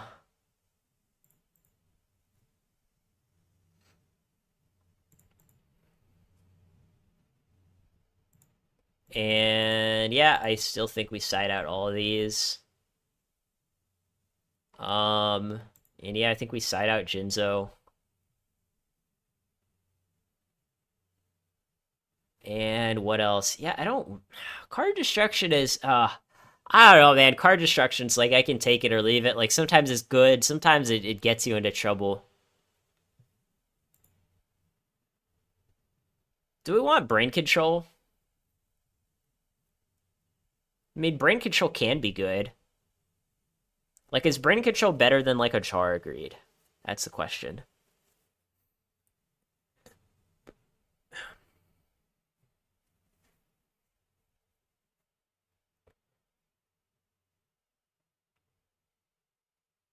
I don't know. We'll find out. We'll try this. I think the site's good. Maybe we should have the third roar on our side. I think some of the other people's builds side like 3 roars.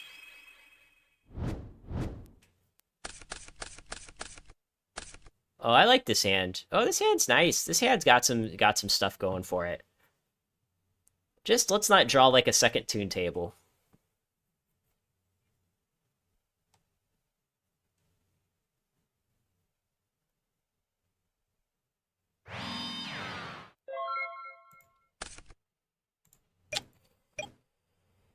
Hmm.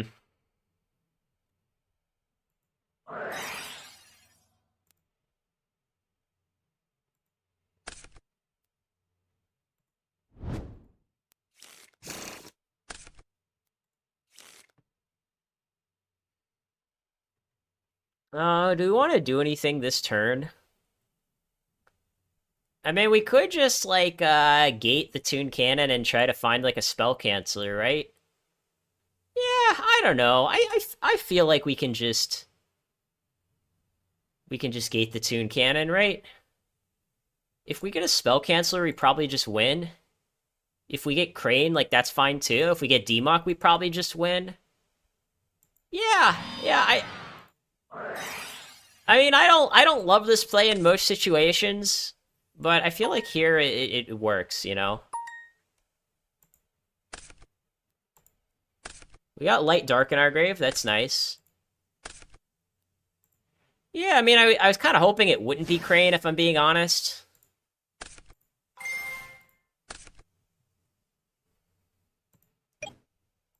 But, I mean, we get to hit for 16, I guess.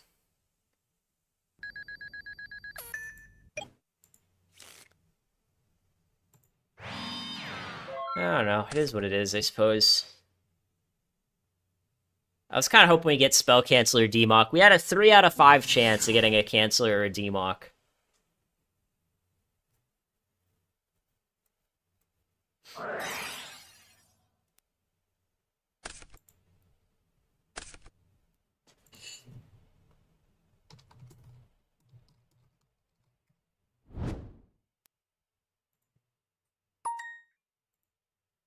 Because in case it's like, in case he gets Spell Canceller, I could just chain Goats. But the problem is, even if it's Canceller and we chain Goats, we should probably lose anyways, don't we? Yeah. Alright, it's fine. And then, like, I don't know, he could also choose to Goat Lock us, which is awkward. Yeah, Stein could definitely get him into trouble here.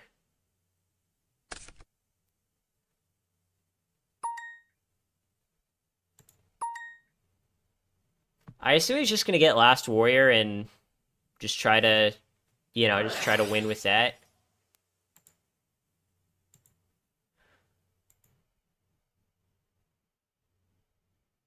I guess let's call level 5. Either level 5 or level 8.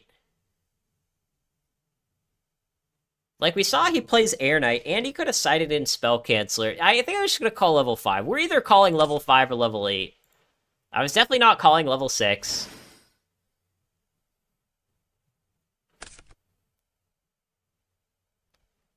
Our opponent, he did normal summon already. It's also weird that he used Gate before Reasoning. It's really weird that he used Gate before Reasoning. You should pretty much always just Reasoning before Gate.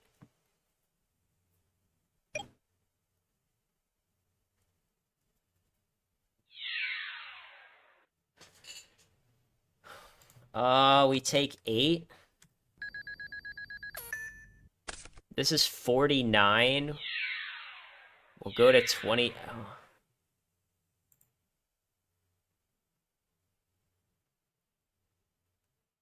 I don't know, I'll just go.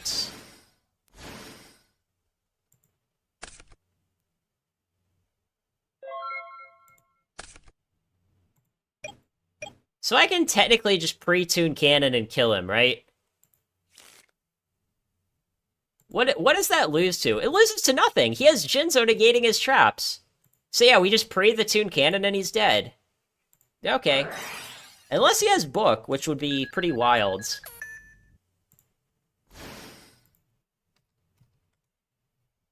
Okay. Yeah, we take those. See, it's like, I used to side Stein in this deck too. And like, I feel like more than half the time, the Stein would get me into trouble. And this is one of these examples of where Stein just gets you into trouble.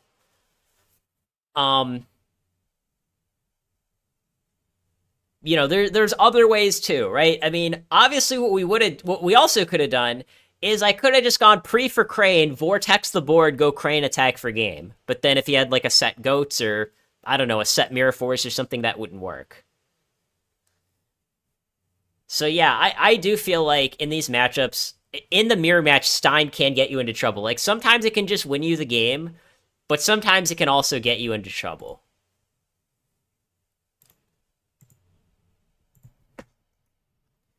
And I also feel like game one, he played suboptimally. Game 2, his sequencing was weird.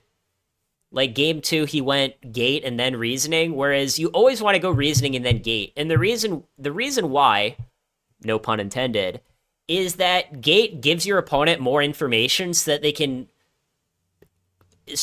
can declare a level on Reasoning better. Right? So, for example, if like the Monster Gate got him into a DMOC, then when he activates Reasoning, I know, oh, I don't need to call level 8 because the DMOC's already gone. Or even in that case, like, the Monster Gate got him a Stein, so when he activates the Reasoning, I go, oh, well, I don't need to call level 2 because the Stein is already gone.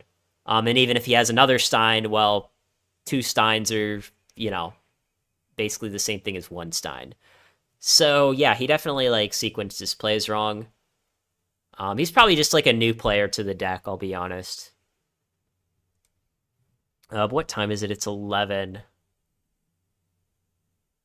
I don't know.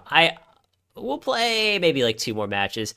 I'd consider, like, maybe doing, like, 1 more match at GOAT and then 1 match at Edison. But every single time I stream an Edison match, there's always someone in the chat who's like, why are you streaming Edison? We're just here for GOATs. I hate this, whatever. So I think I'm just not going to stream Edison anymore. Unless it's, like, a dedicated Edison stream.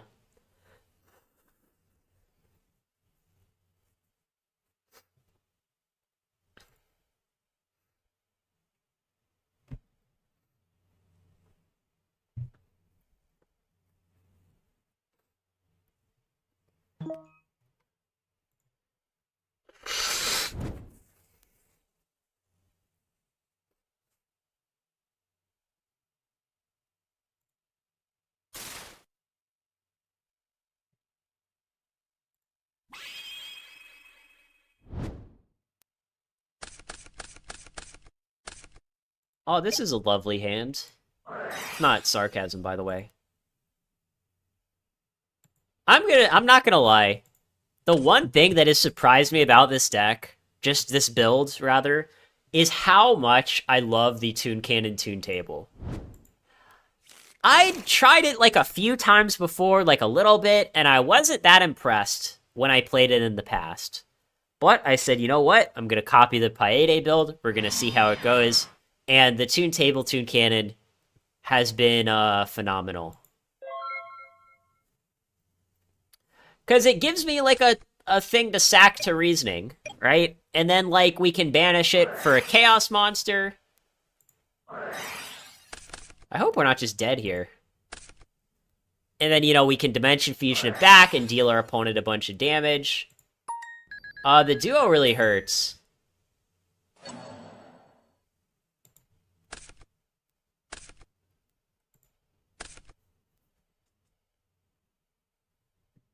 The duo hurts, but he did go -1 with heavy, I suppose. Oh, he's playing some sort of aggro deck. Oh, and he just passed with no back rows.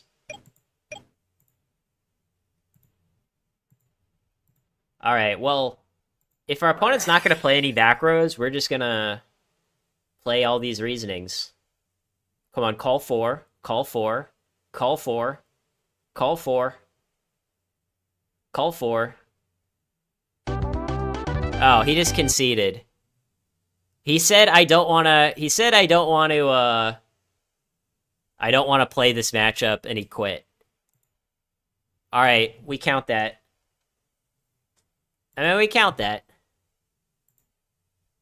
But yeah, I wanted them to call level 4, so that if we got a Crane, it would put Light Dark, and then we could just summon Sork and get rid of his guy. Obviously, we'd activate the second Reasoning, too.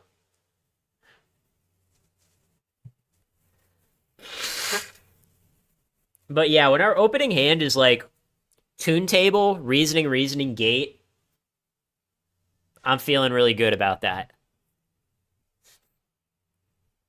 Another game though where like I feel like the card destruction's not doing much. Maybe the card destruction should just be a Reckless Greed. Let me know what you think about that. Do you think that the card destruction should just be a Reckless Greed? Because I feel like often card destruction isn't drawing us like much more than 2 cards anyways. You know what I mean? Like, I don't know.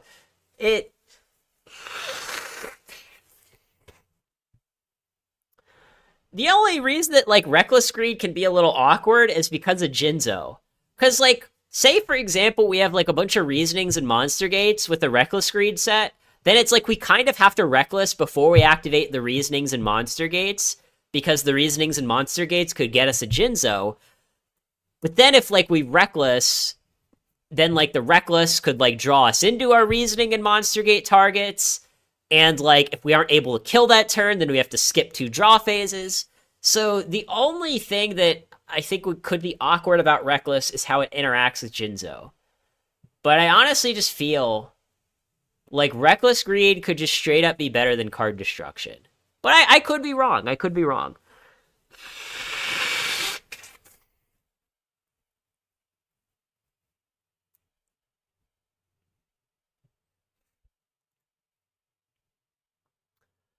I don't know. I am a little sick, just a tiny bit. So I think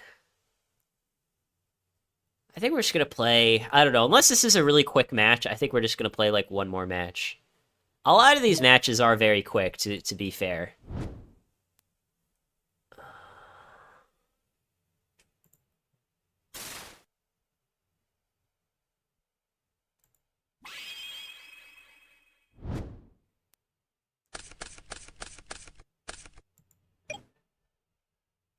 This hand's decent.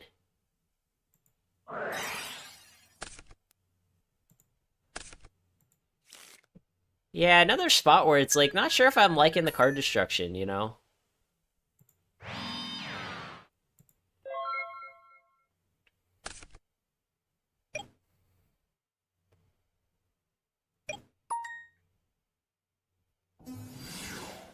Oh, Sangin's fine. Yeah, we'll just take the hit. We'll just take the hit. And we're not gonna go off next turn, right? We're just gonna draw pass for a while. You know, we want to like draw into the Toon Table for Toon Cannon to thin out our deck and make our Monster Gate better. Okay, nice Dust Shoot.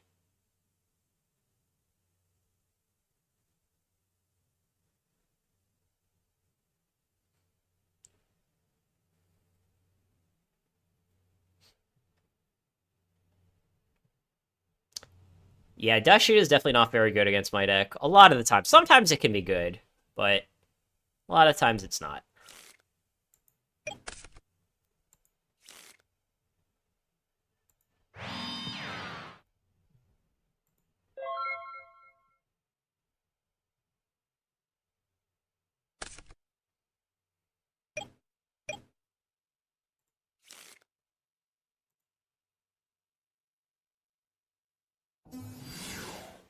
Oh, he's playing Manju.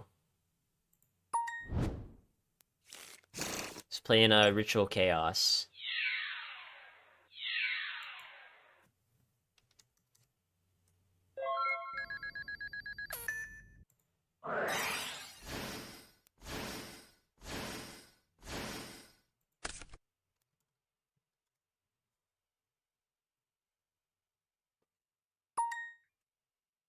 I don't...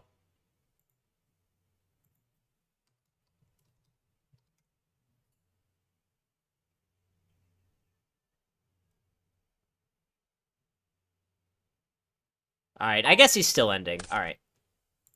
That was not really what I wanted to draw.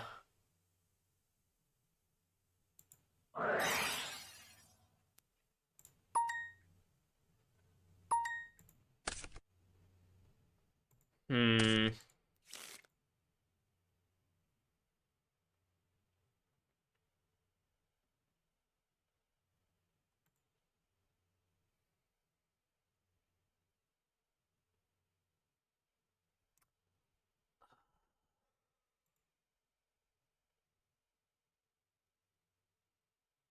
I don't know. I mean, I guess I'll heavy. I'm considering not using heavy to draw another card off card destruction. I'm just that crazy. Maybe we Monster Gate first. Well, maybe not.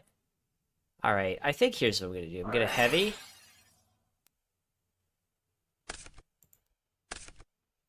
And then I think we go set gate.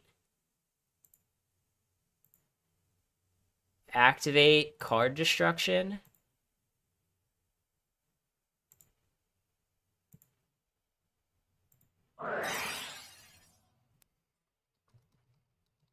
I was considering keeping the Dimension Fusion too.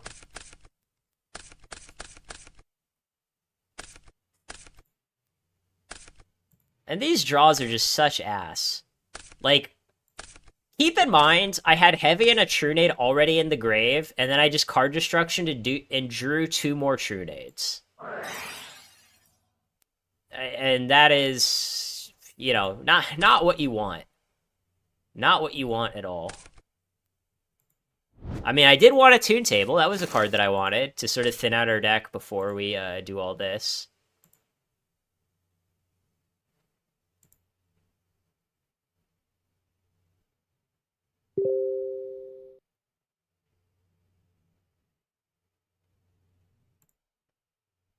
Forgot I had Telegram on. Yeah, I'm probably gonna lose this game just because I effectively drew 2 bricks off card destruction. He's gonna call 4. He has a 2 out of 3 chance of getting it right. I mean, he might not. I mean, I suppose there's some chance in the world he doesn't call 4. But he's probably gonna call 4.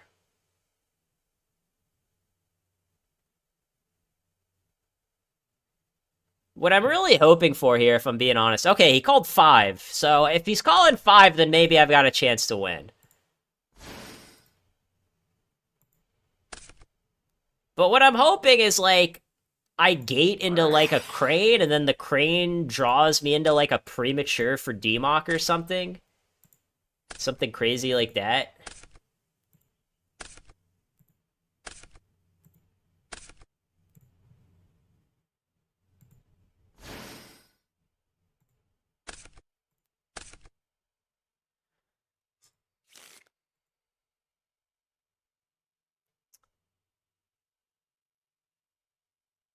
Well, I still have 2 Thorks left in my deck.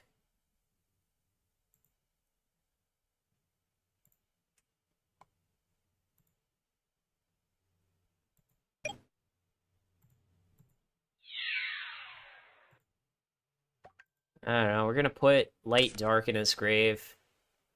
I want to hit for damage, though.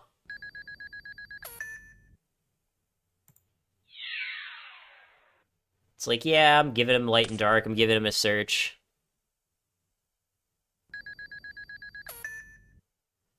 Call has been very good. Call has definitely been very good. I mean, it's not like the best card in the deck or anything, but I'm thinking if I should just go like Toon Cannon and just launch some stuff. I might even just like launch Crane to put it in the grave, but if like I draw badly, I kind of want these like goats to stick around and block hits. I mean, I can always just summon Toon Cannon next turn if I need to. Yeah, there's no reason to drop it this turn. Other than that, if my opponent doesn't kill it, then it can attack.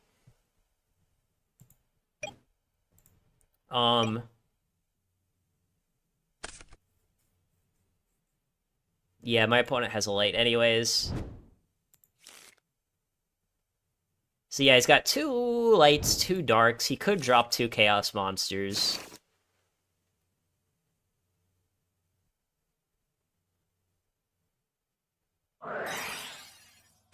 Alright, well, he has drawn a lot of cards. Okay, that's fine, actually. As long as he doesn't hit the Dimension Fusion. I'm actually thinking, though, do we need the Trunade or the Toon Cannon Soldier more? I know that's, like, kind of crazy. But, like, I might need to summon Toon Cannon and, like, launch some stuff. We'll have no way to clear back row for the rest of the game.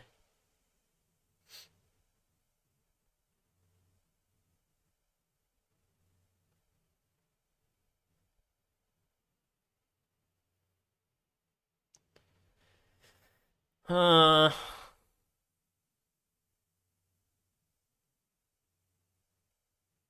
mean, he's probably gonna out my Jinzo, right? He's definitely has a way to out my Jinzo.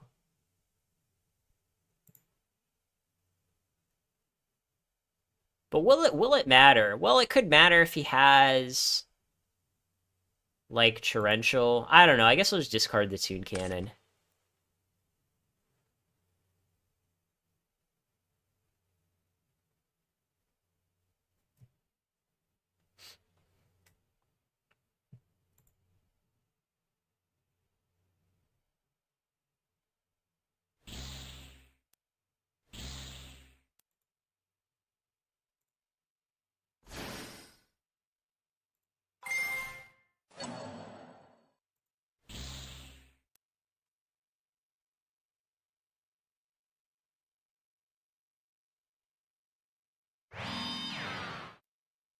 He's setting a monster. It could be Faith. That could be Faith.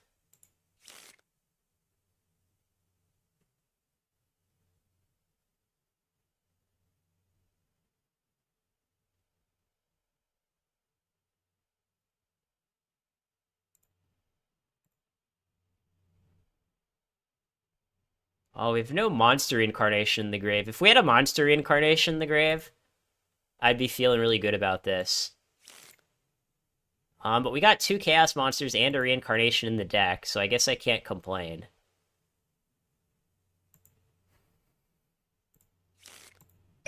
Yeah, I guess we'll just go Battle Phase attack. Alright, it's Sinister.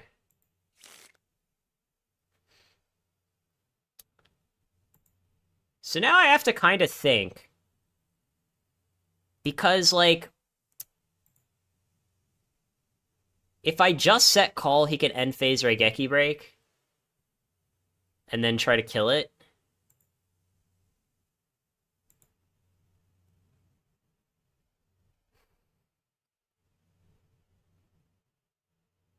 Alright, I think it's fine. I think we'll chance it.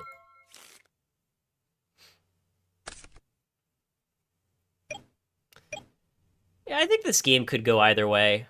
I think we could win. Alright.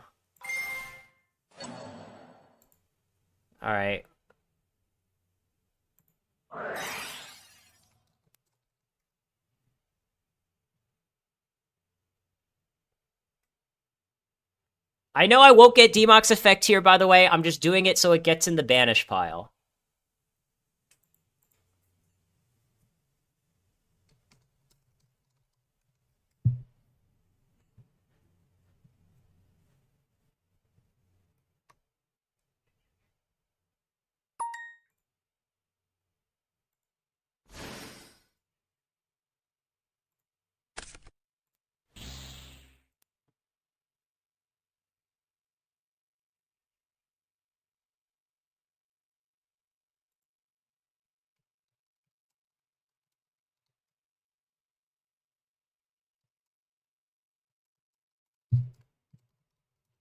I think my opponent thinks that I get a spell back, so I'm just letting him know that I don't.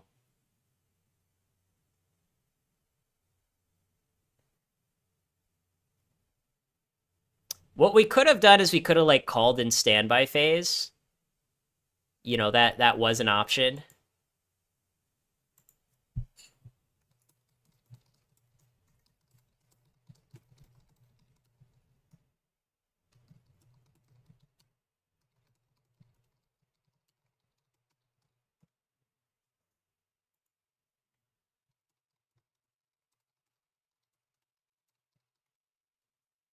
My opponent's trying to like tell me to get a spell back. Eh.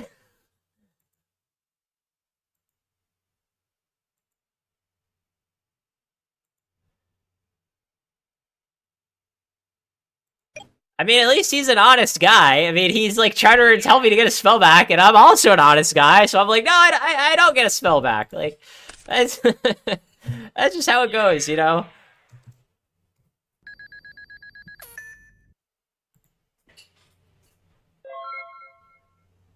I don't know, Alex. Whatever you're talking about was 5 minutes ago, so I don't remember what like the situation was. So if I misplayed somehow, then I don't know. I guess I misplayed. Oh, why don't I have a monster reincarnation in my grave? Why? I want the monster reincarnation, and I want it now. Let's see. 752. Man, I could do 59.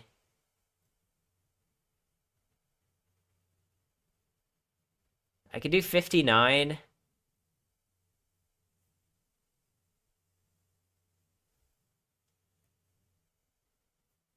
Ugh.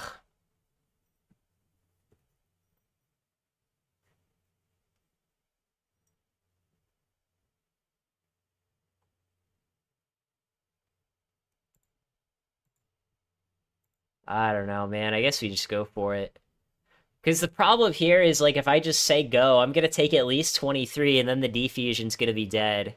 So we'll just Trunade. This, unfortunately, is not enough damage for game, but it's going to put him very low. Oh, and he gets those back. Ah, man, this is gross, but I still have to do it. I still kind of have to do it.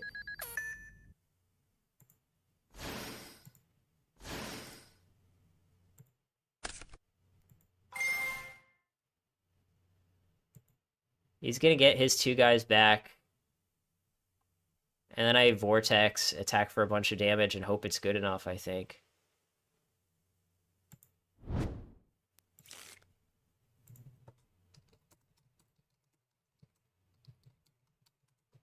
Yeah, my opponent doesn't understand what any of my cards do.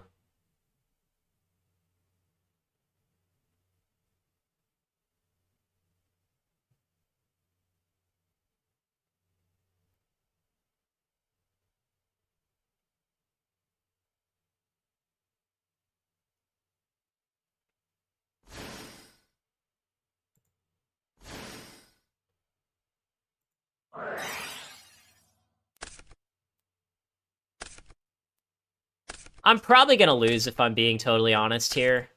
Because it's like, okay, I put my opponent at 12, but then how do I deal the last points of damage? I mean, I guess at some point we still have pre in our deck, so I guess we can like pre for a Toon Cannon to try to finish him off. But I mean, that's probably our only way to win here.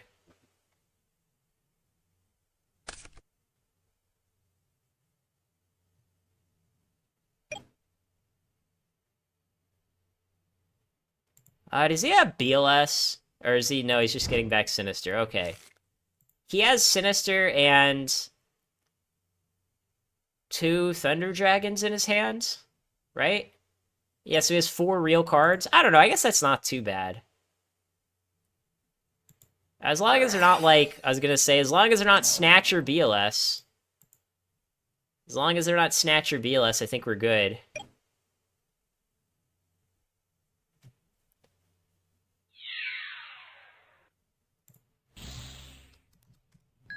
We do gain 1,000. You know, look on the bright side, we do gain 1,000.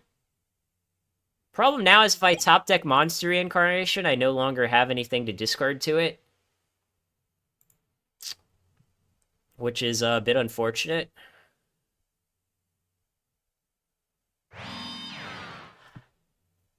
I don't know. You know, maybe I should have saved the Trunade.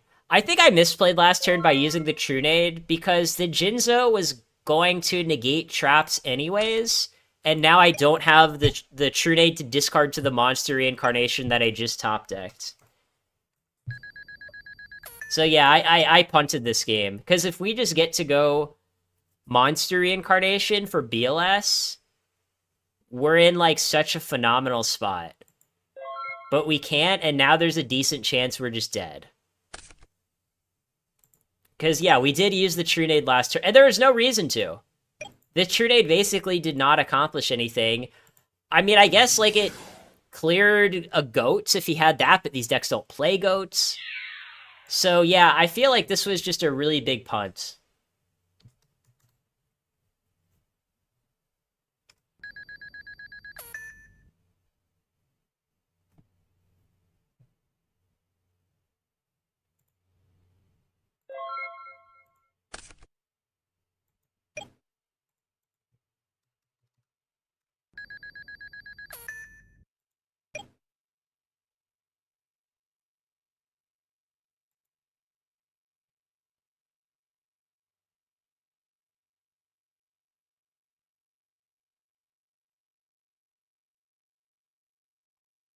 Um...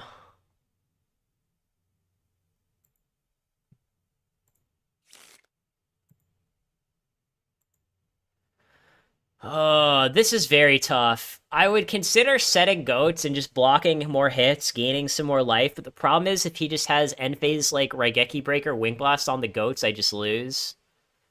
Man, if I had been able to Reincarnation last turn, it would have been so much better. I mean, we also could have just had like the Trunade for the Snatch, and then that would have been game. Yeah, I punted by using that Trunade. I used the Trunade like an absolute donkey, and now I'm just getting massively punished for it. I'm just getting massively punished for it.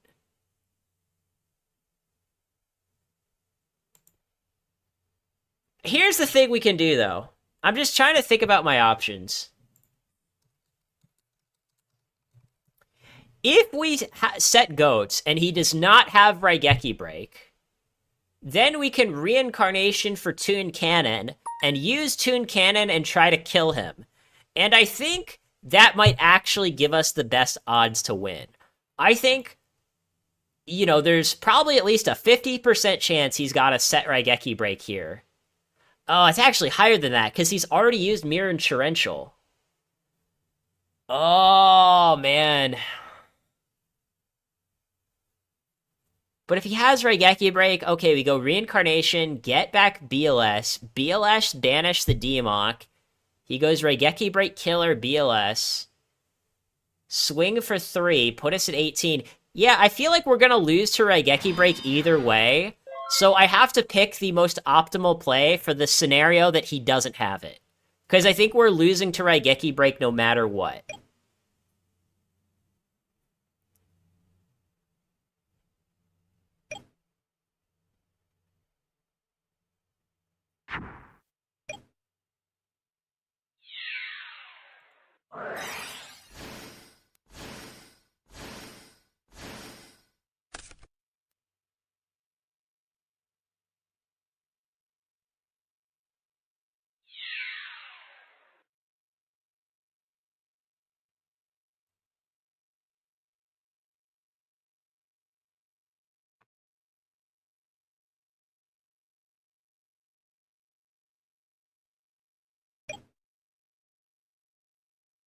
I mean, he doesn't... This card is obviously not a Raigeki break, because if it was, you know, we'd be dead. Oh, now things get even more interesting, because now we have, like, 2,000 more life to work with. Really, 3,000, because we're going to gain off the Snatch. I don't know, guys. I'm down, like, 1,000 cards, but I think there's a decent chance we can salvage a win here.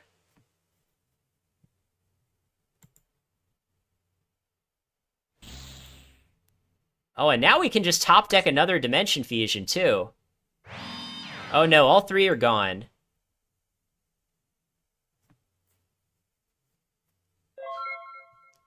I think this is just game, right? Because this can't be a Raigeki break, or we'd be dead. Ring won't stop us from comboing off. Torrential's already gone, so I actually just think he's just dead to Reincarnation for Toon Cannon.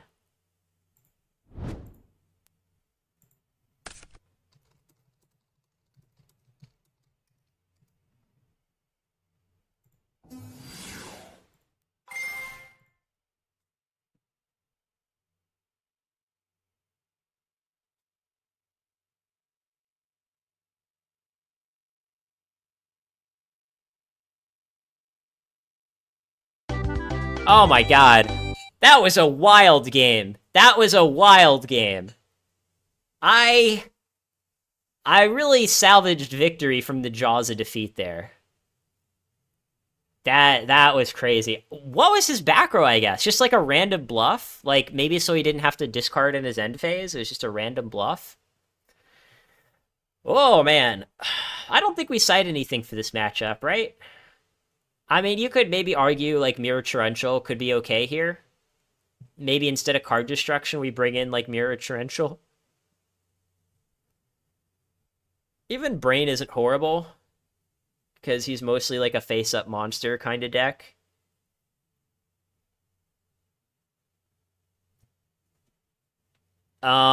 So, Osaka, I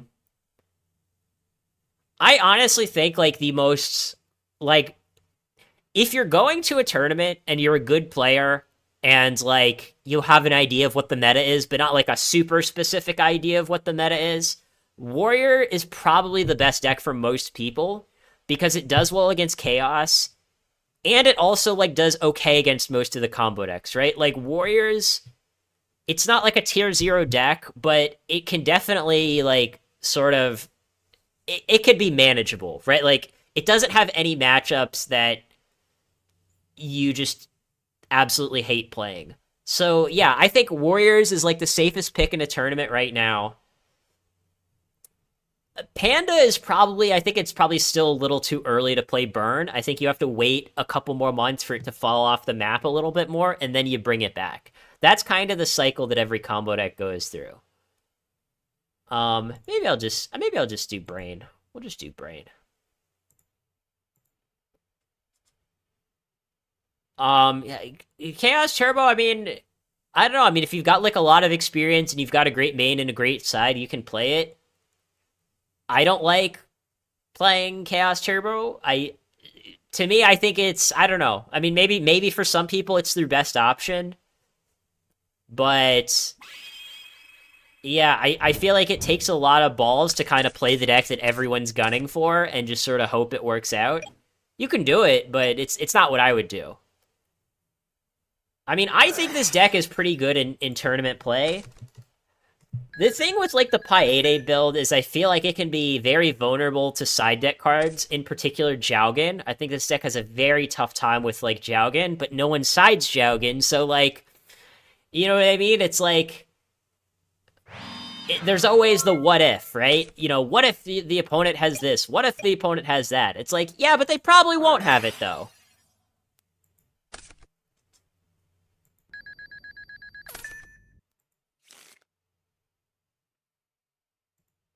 Alright, we're under no pressure here, so no need to use our Monster Gate yet.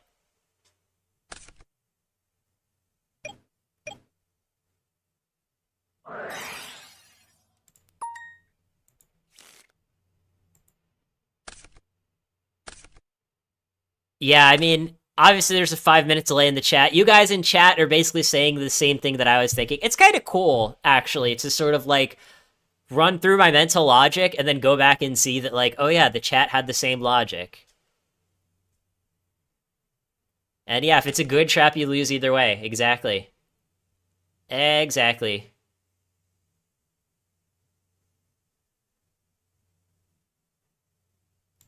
Our opponent's off to a pretty decent start here, but our hand's good too. Huh, he discarded Sork. That's interesting. I guess that means he probably has like another Sork in his hand or a BLS or something.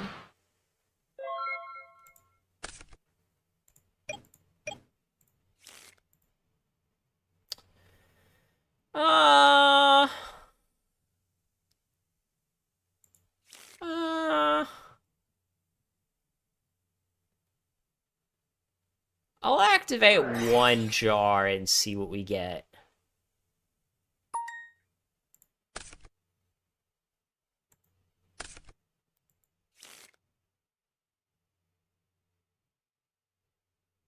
Well, we could just go for a big play. We don't have like a chaos monster. Let's see, we can go reasoning. Gate. I don't know. I think I'm just gonna pass. I'm not confident that we can kill our opponent, especially with him at 9,000, and our opponent is putting absolutely no pressure on us, so I'm just gonna pass.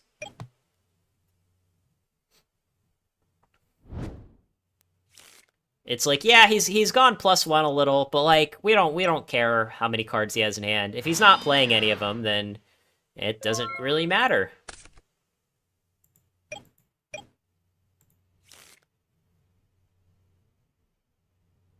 All right, now I think we probably do want to, well, let's activate this.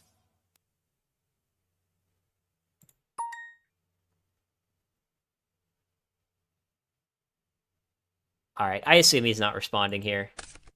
Sorry, buddy, you took too long.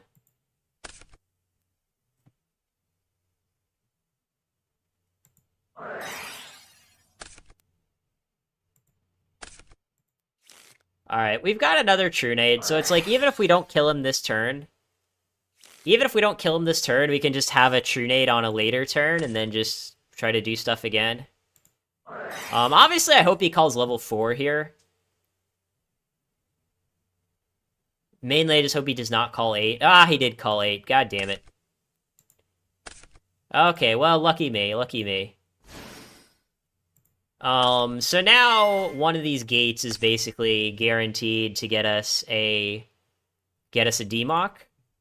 And that's like it's probably either game or like an assload of damage. We shall see. Obviously, I'd like to get the DMOC before the Jinzo. You know, if I had to choose.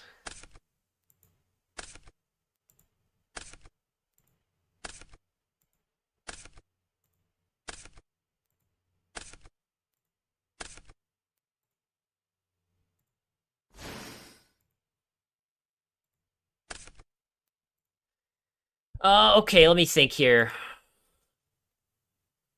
Yeah, I think we go... set Toon Cannon, Monster Gate the Toon Cannon, get DMOC, get Monster Reincarnation. Monster Reincarnation for BLS, drop BLS, banishing Toon Cannon and Sacred Crane. And then, yeah, I think that's just game.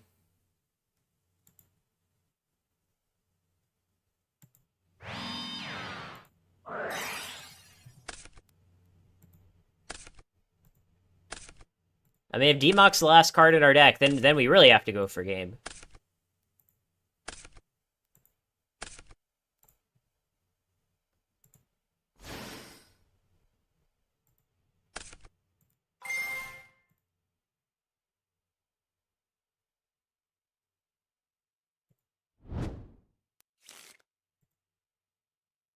We already normal summoned.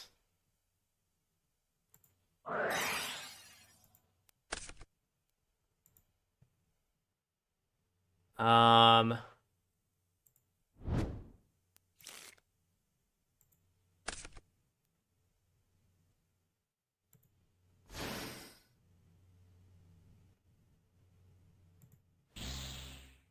It's actually nice that DMOC wasn't the last card in our deck, because if it was, it would have like messed up our entire turn.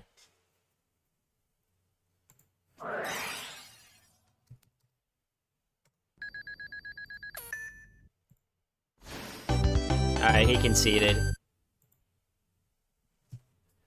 Alright, we got him, boys. That was kind of a long game, wasn't it? It felt long. I think, I mean, it was a 2-0. It was a 2-0, I think, but it felt like a long 2-0.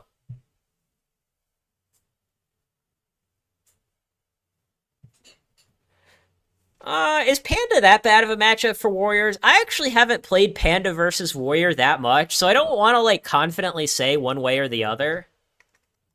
I don't want to confidently say one way or the other, but I don't feel like it's terrible, right? I mean, like, Warriors, it's like you play Double Dust Tornado, that's a good card. You play Mystic level 2, and it's searchable, that's a good card.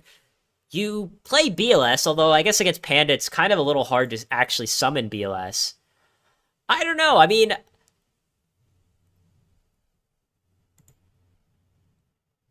I don't feel like Warriors versus Panda should be that terrible. Like, I could get on board with Panda being favored, but like I don't think they should be favored by that much, especially if the Warrior player takes the matchup seriously with like the main and side. Yeah, and I will say it's like I will say one of the pluses that this list has, because you mentioned most Warrior players opt for Tiger King over Jowgen, which is absolutely true. This deck does not care about King Tiger as much as other Reasoning Gate decks do. And the reason why is because it's not very reliant on Scapegoat. We're not going Scapegoat meta, and even using Scapegoat to feel Gate, like, yes, obviously that's a thing that we do, but we have Tune Table to search Tune Cannon to start our Gate combos. So it's like, King Tiger, like, obviously it's a good card, but King Tiger is not nearly as good versus this deck as it is versus, like, my other build, right? Like, King Tiger is definitely better against this deck, because we're a lot more reliant on Scapegoat. But the other thing, too, is, like, Kaiku is very strong against this deck, right? Like, we don't play a lot of outs to Kaiku, right? Like, if you're playing Goat's meta is not an out to King Tiger, but it is an out to Kaiku. And Warriors main the Kaikus. You know, they usually main 2 Kaikus, sometimes even side the third. But yeah, it is. I mean, it's one of those things where, like, it's manageable. And that's why, because of stuff like Kaiku, that's why I'm playing, like, Brain Control over Swords. Because I feel like Swords, it's like, it only delays the problem. Like, Swords doesn't get you out of a bad spot. It just delays the problem. And then it's like, if you're relying on Swords and the Warrior player, like, just goes dust the Swords, hit you for a bunch of damage, then you hate yourself. So, I don't know. I don't feel like we get... I feel like Brain Control is better than Swords, but maybe I'm wrong. Maybe there's something I'm not thinking of. But yeah, I think we'll just play one more match. And then we'll call it a day.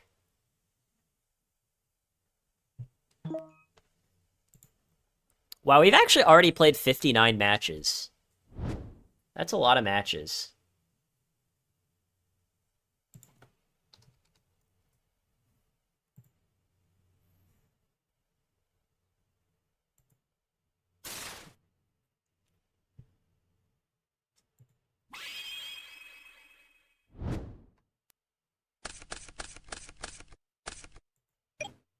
I like this hand.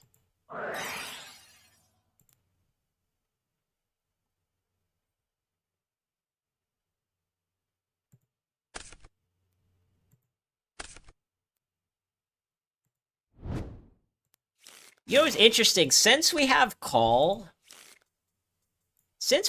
I don't think this is a bad spot to Reasoning. I know it's a little unconventional. And we do get punished if we, like, Reasoning into a Jinzo, but if we Reasoning into a Crane or Democ, it's like, either way, we're gonna get to call it back. And then we can even, like, Trunade back the call. If it's, like, Democ, it gets, you know, banished or whatever, and then we can Defusion it back. I'm gonna try this. I'm not saying I'm 100% sure this is the correct play, but I think it can work because we have call. He called 8, by the way.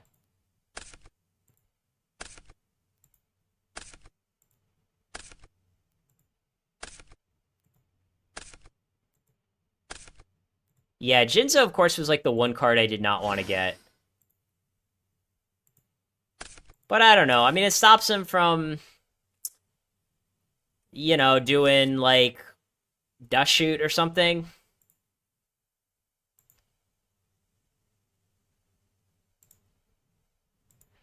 Yeah, I just didn't want the Jinzo.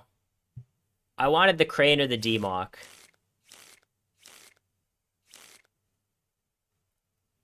I guess we'll just say go. I mean, this might be like an awful start for us, but we'll have to see. Oh, and I decided not to set the call, and kind of got punished for it.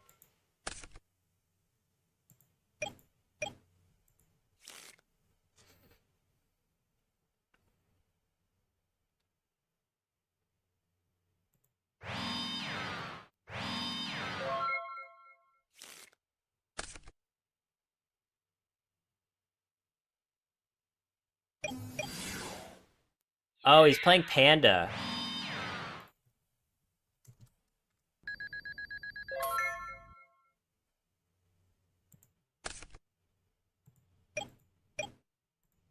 So this guy has well, if we play a monster, it'll go to 13.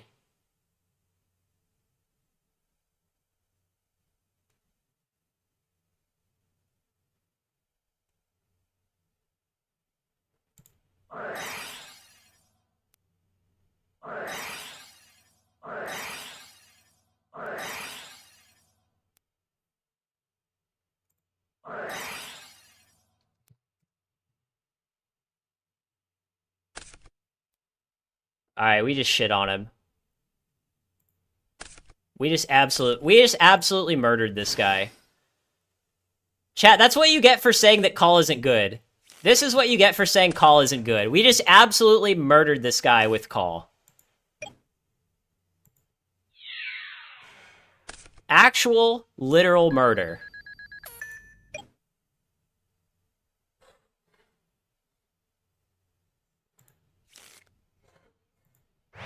I don't even want to calculate how much card advantage we just got. I don't even want to calculate it.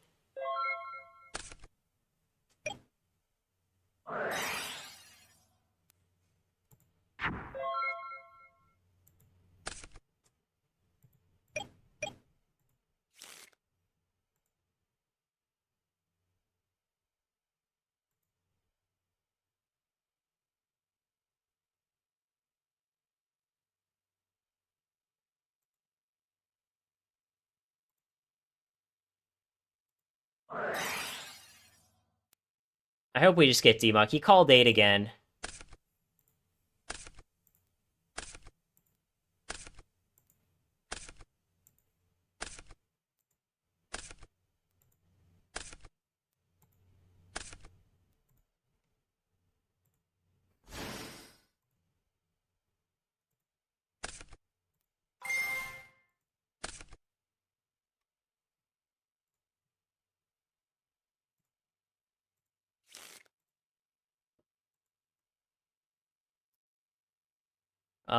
So let's see. I'm just thinking if we want to, like, card destruction.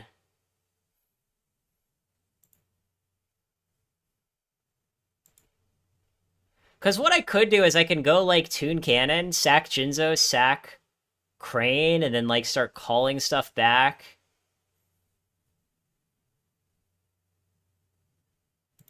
Yeah, I think, you know what? Hold on, let me see how many... We have one Trunade left in our deck. The thing is like, we could top deck D-Mach, like, off the card destruction, and then if I will have already used my normal.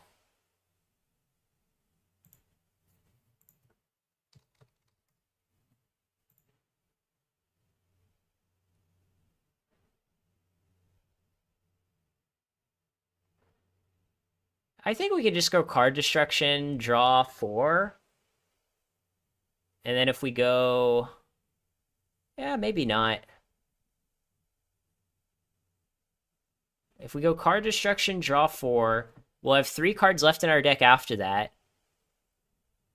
One of them is... let's see, we can go D-Mach. Yeah, maybe we don't card destruction yet. Yeah, you know what?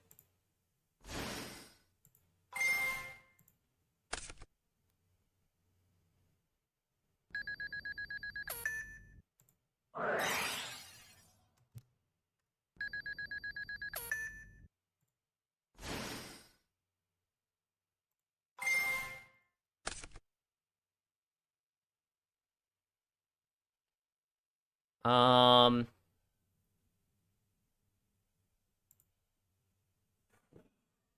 so yeah, we'll go, activate Toon Cannon.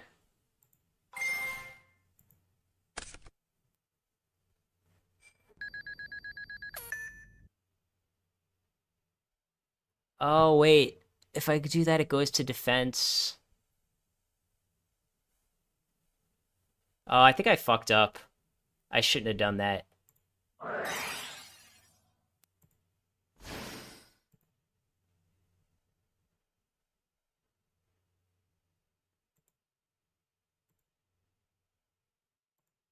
I'm gonna try to salvage it, but I kind of messed up, I think.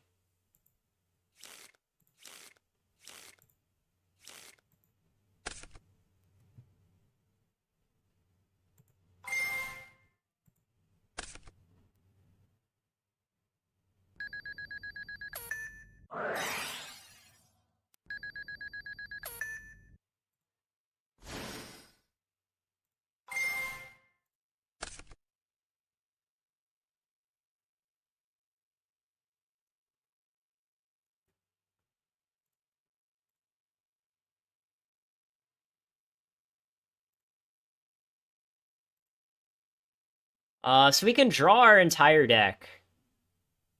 And do we have reincarnation?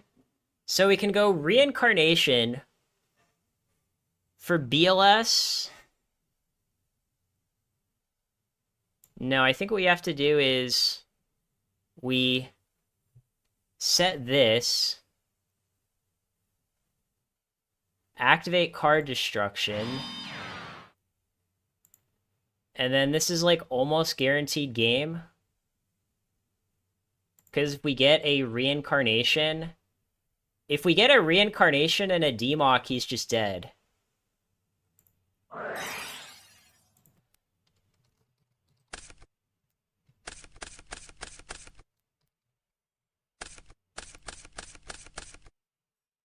Wow, those were like the worst cards we could have drawn. I feel like I say that a lot, but like, was the reincarnation like already in my grave and I'm just stupid?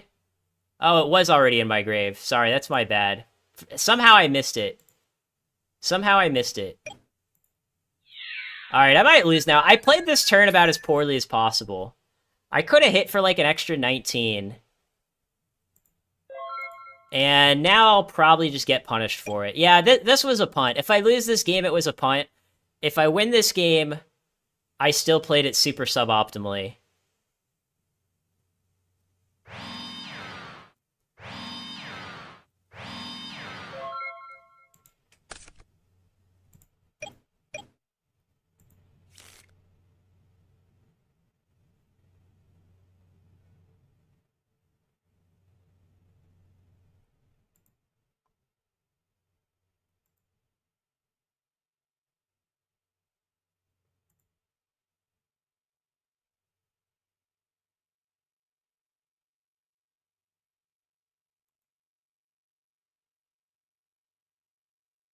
Oh, let's see.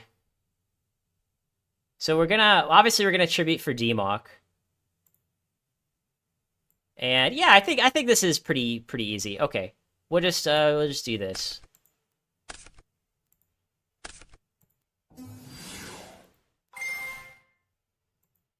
And then we'll just get reincarnation for BLS.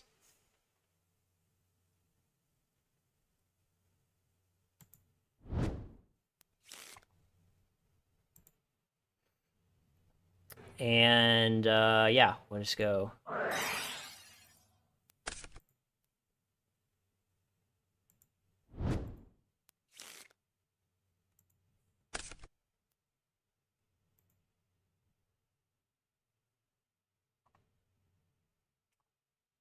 Oh, we can't Dimension Fusion now. I just realized that. Oh, I should have discarded it. No, it's not really gonna matter.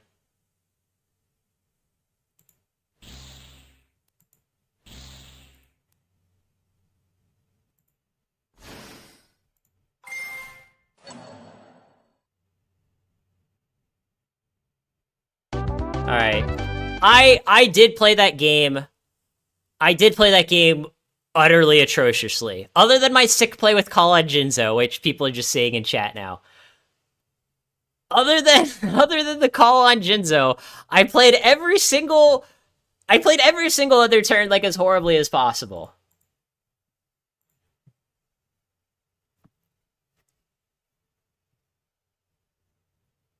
And I'm always not sure if like we're supposed to side in Token Thanksgiving for this matchup.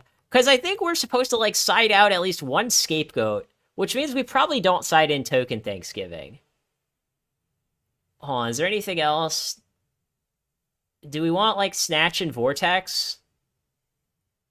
I don't know, Vortex doesn't seem that good. Vortex seems like pretty mid.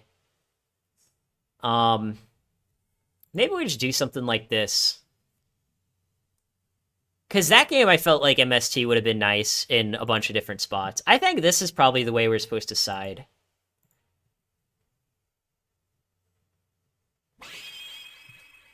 Yeah, Chris is pointing out that, like, I played it wrong.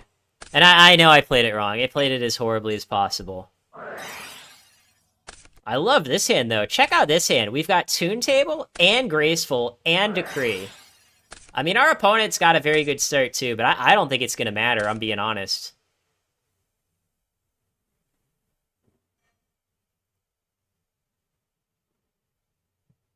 But yeah, we're going to have, like, Graceful for Light Dark turn 1, which is very nice.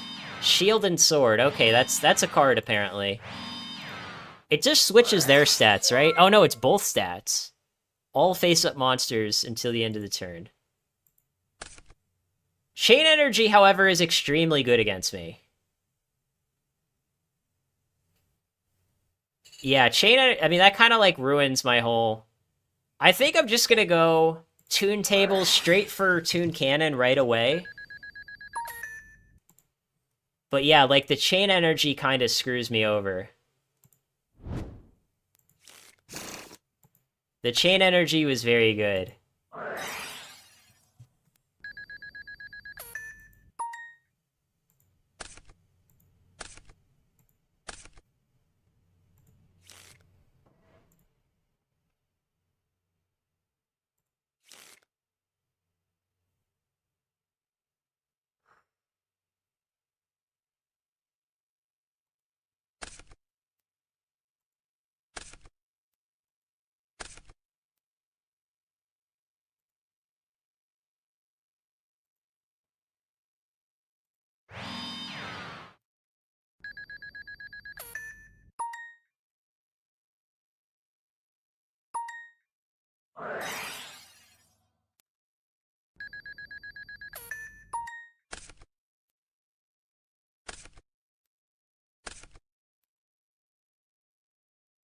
I mean, the Demok is nice, but I was kind of hoping I'd, like, mill a couple more spells first, you know?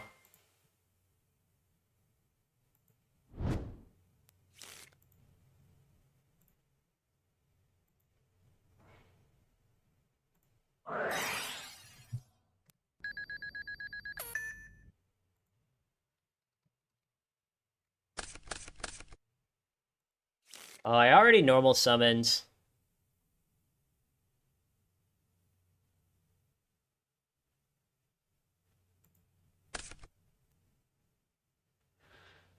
I don't even think I want this Monster Gate. Our Monster Gate, like, has no good targets left.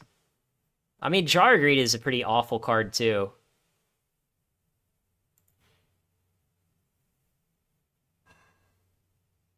But I feel like Monster Gate's just doing absolutely nothing.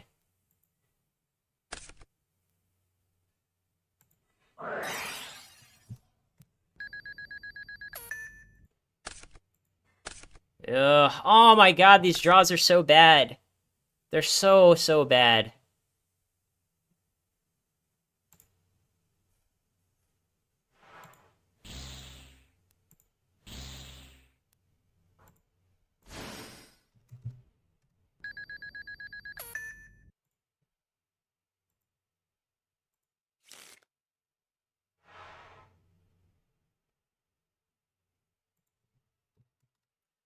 Yeah, I want to set a bunch of stuff in case it's... Do Panda decks play Desk Koala? They play... They play Desk Koala, right? I don't know. I think we just... I'm just probably dead. I was probably dead. I'm probably never going to activate a Dimension Fusion anyways. Well, I don't know. Because this could be big shields. We'll just attack. Alright, we just probably lose now.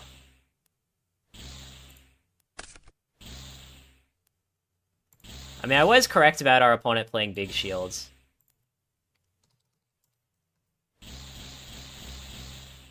Note that we do draw a card off this crane.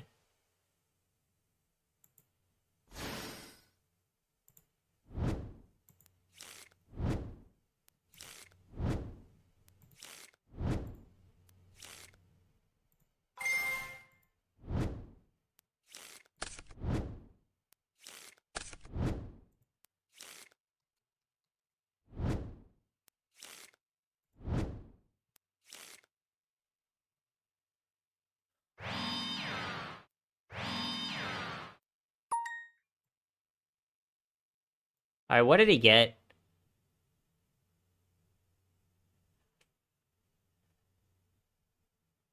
Swords, big shield, threatening, or a giant, right?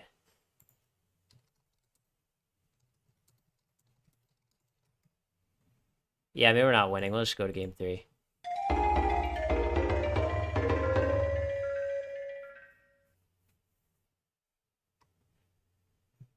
And any burn card at all is just killing us, so it is what it is. Yeah, I mean...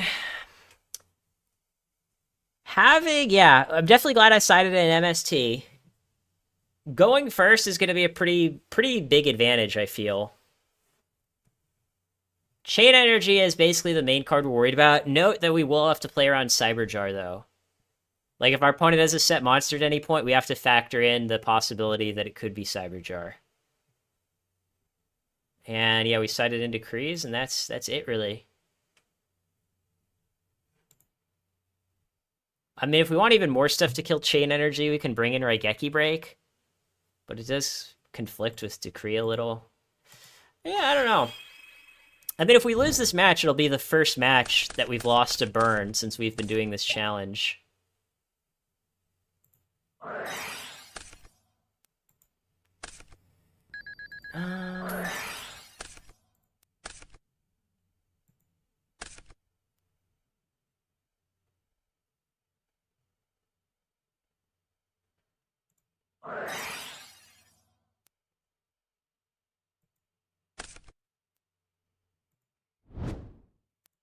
Funny, because he plays Chain Energy, it's like I kind of actually do just want to blow my whole load here, I think. If we activate Reasoning, he's probably either calling 8 or 6.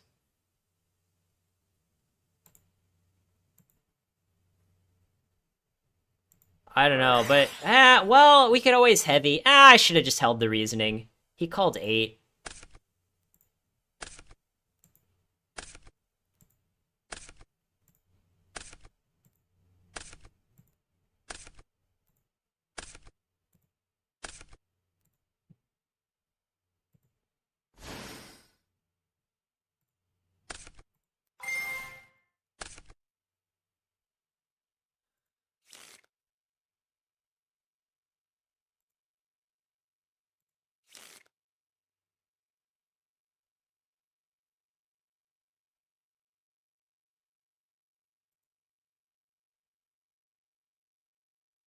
I kind of hate this. But now I don't want to end phase discard. If we gate, we get either a Crane or a Jinzo. Either one of those are pretty good.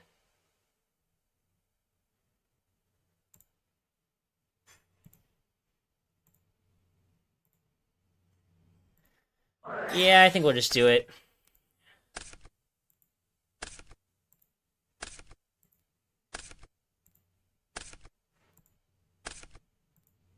I mean, if we, like, mill our whole deck, that kind of puts us in an awkward spot.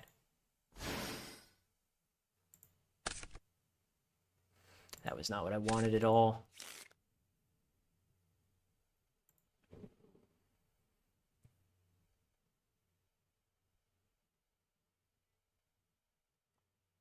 And... oh, we haven't normaled. Hold on, let me think. We have not normaled. So what I could do is we could just drop Demok like turn 1. We can go Reincarnation, discard Toon Cannon, get back BLS, drop Sork, tribute both for Demok, get like Dimension Fusion back.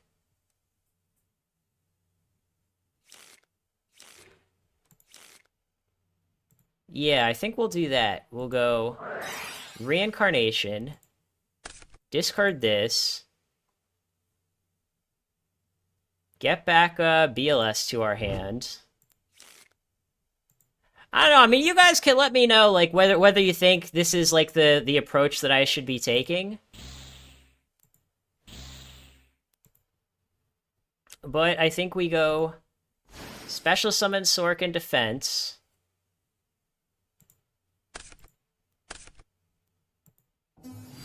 Drop Demok.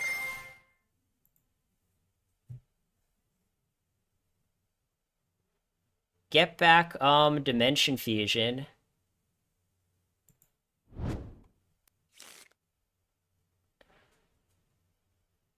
We could even use it this turn if we wanted to just block him from using Ojamatrio.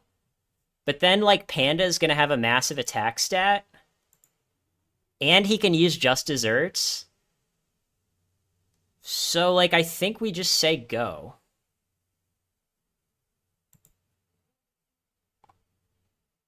Like, he can, if we'll heavy next turn, he can chain Ojamatrio. Well, we can use Toon Cannon to, like, sack some of our guys. If we want. It actually is kind of an interesting situation here. Because we can get back 4 monsters. Probably, like, 2 Cranes, 2 Toon Cannons. And then we could just sack a bunch of stuff. I don't hate it. Like, leave us with, we'll leave ourselves with 3 monsters. I think that'll be the idea. I'm gonna try this. It might be an awful play, but I'm gonna try it.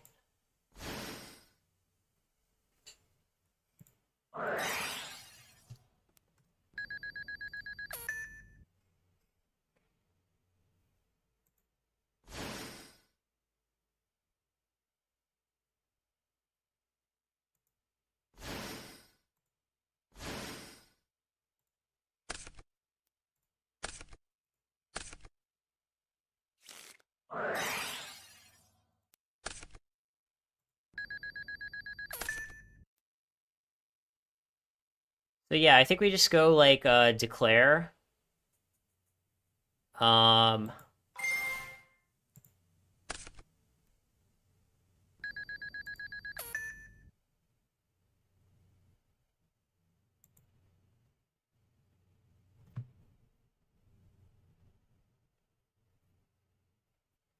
If he plays a Panda, it'll be at 23.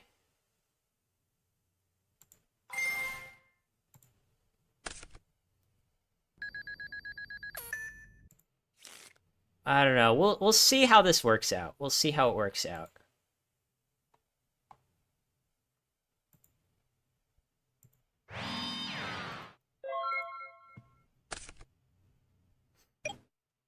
So I'm trying to take, like, less damage to, like, Just Desserts and Secret Barrel.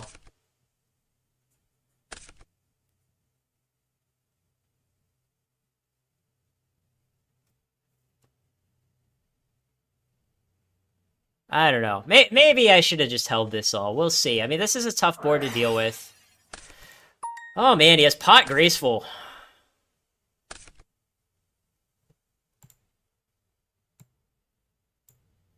I mean, I was hoping we could, like, I don't know, find, like, a Decree or find a Jinzo in this sequence, or even find an MST. That would have been good, too. But it's like we never got it.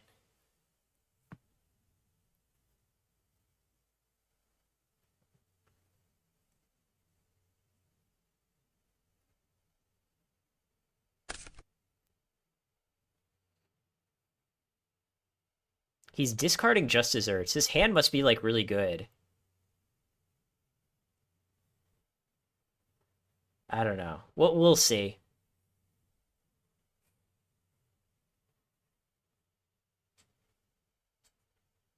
We'll see. I mean, with an opening this strong, I feel like this game could go either way. It really could.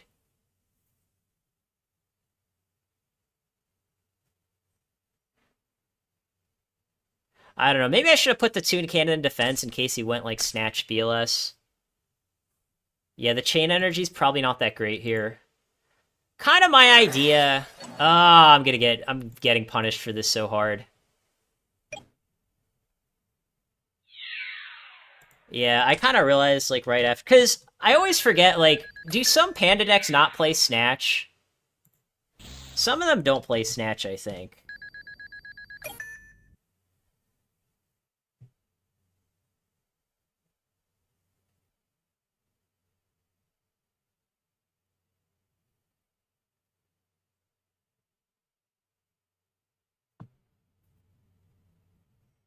But yeah, if we put the Toon Cannon in defense, we would have 1600 more, which is kind of important against a burn deck. I was thinking, well, if it's in attack mode, I take 100 less damage to Panda, but like 100 is not that big of a deal, whereas 1600 is a big deal.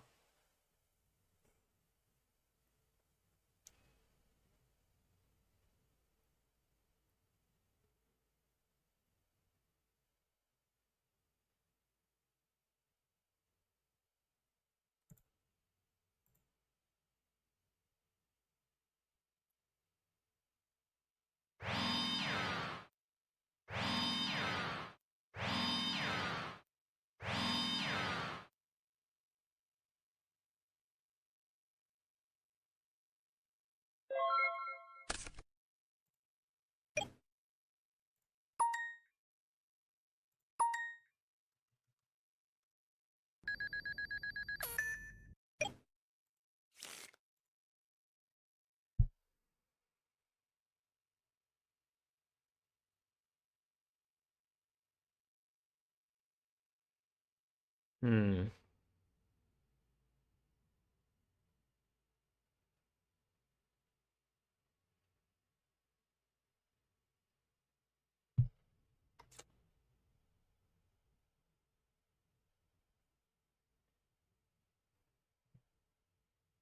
Yeah. He's gonna call 6. Then the idea is we're gonna go... it's gonna be Jinzo. We'll go heavy chain call on Jinzo. If Jinzo is not the last card in my deck, I think we have a pretty decent chance to win here. Oh my god.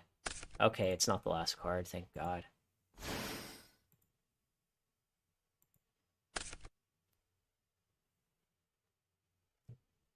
Oh, sorry.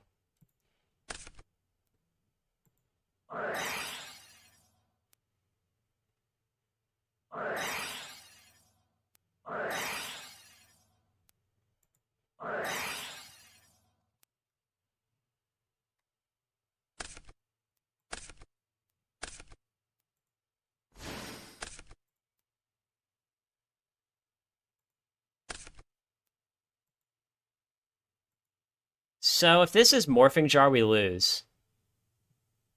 If this is Cyber Jar, we lose.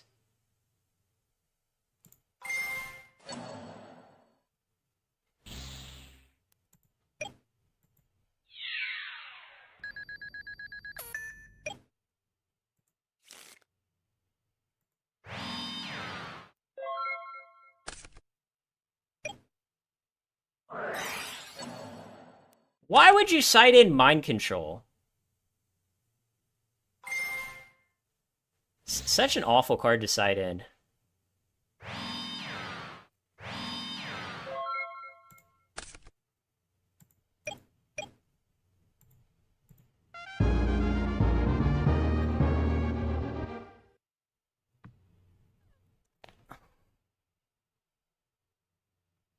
I don't know, maybe we could have played that better. I mean, there's definitely one game we could have played better. I don't know. Let's try one more. I mean, Jinzo being on the bottom of our deck was kind of unlucky. right? Because, like, even if it was the third from the bottom, we would have gotten one extra turn. This is the problem with only playing, like, a few reasoning targets, is you often do end up in these spots where it's like, oh, I have to activate reasoning, I have to activate my monster gate, and I have to hope that I don't, like, mill out my entire deck.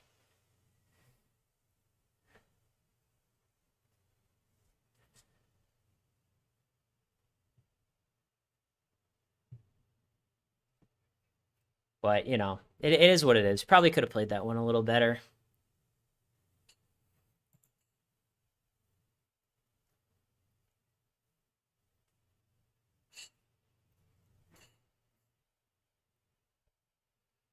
But yeah, I mean, him having Pot Graceful into Snatch was very good. Us having Jinzo being second from the bottom in our 6-card deck was very good for him. It was definitely winnable. We definitely could have made some different decisions. Maybe some of those decisions would have panned out better for us.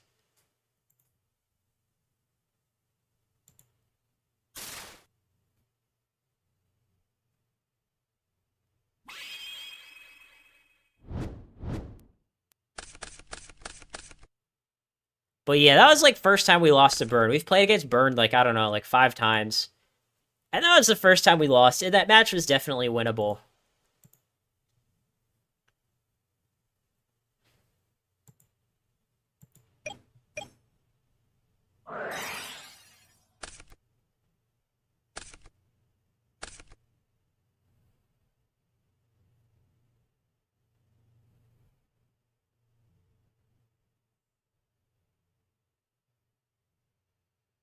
This hand's okay. We'll have to see what we get off the upstarts.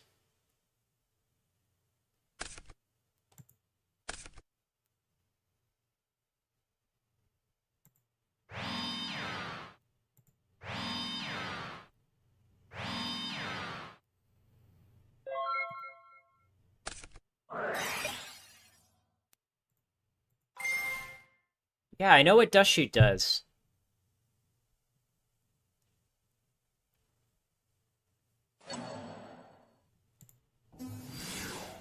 I actually think he misplayed here by sending back BLS. Because now I get to activate card destruction without having to worry, you know, about, I can activate card destruction without discarding my BLS. You get what I'm saying.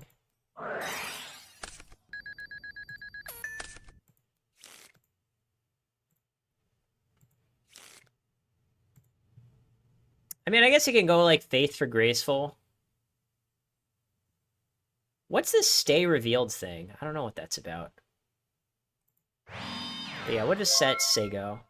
Faith for Graceful would be a very, you know, very strong play for him, but, you know, it's not like we lose if he does that. It could just be another Ceremonial Bell, LOL. Could be another Spy. Maybe that's why he discarded Spy to Graceful. No, but it's a Faith. That's annoying.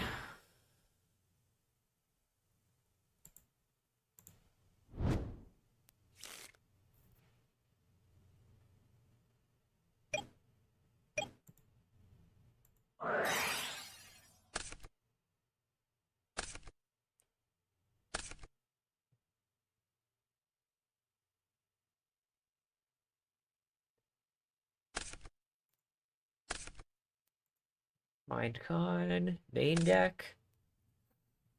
And he discarded Solemn. What's this? Mind on Air. Okay. Yes, I know what Mind on Air does.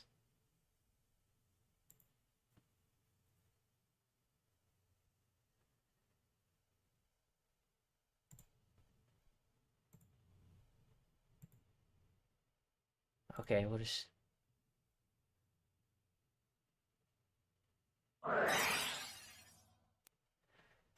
I swear, we have played against, like, at least 3 different people who have had DD Designator against our combo deck. This is not a meta card, guys. This is, like, not at all a meta card. It's also weird, the way this Stay Reveal thing works, it, like, stretches our cards. I don't know if you guys have noticed that. What is he doing?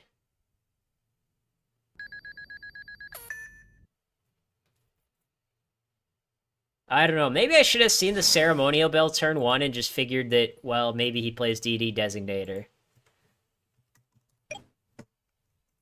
What is this, 22?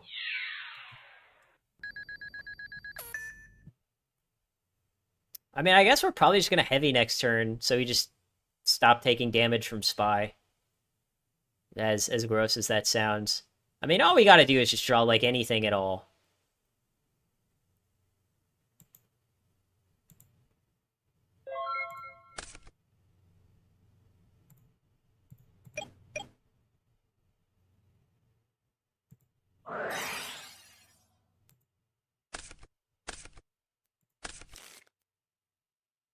Yeah, I mean, Call's a good card. I don't know what to tell you guys.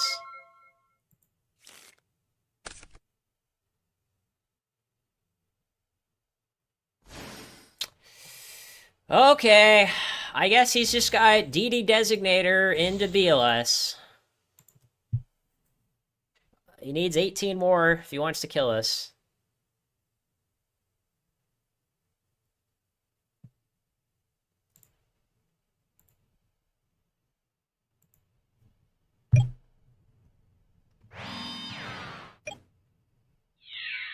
I mean, I suppose we can, like, top deck a Snatch Steal, try to win that way.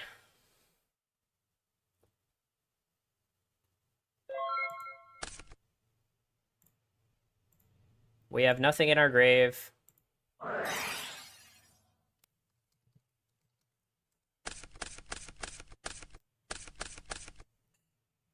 Alright, my hand is just absolute ass.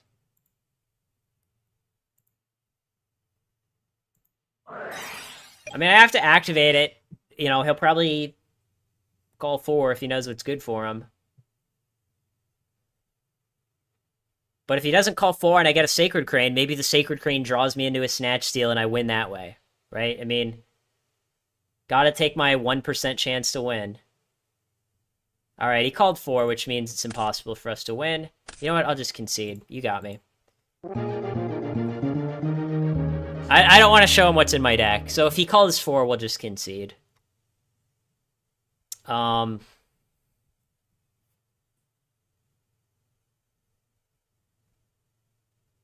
I don't think we really need to side in anything. Maybe this is another matchup where we should just be, like, using Reasoning Monster Gate turn 1, or else he'll just hit him with DD Designator.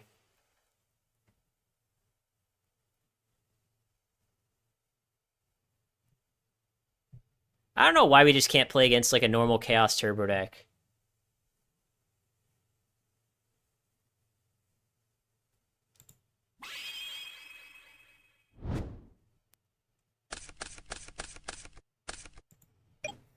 Uh...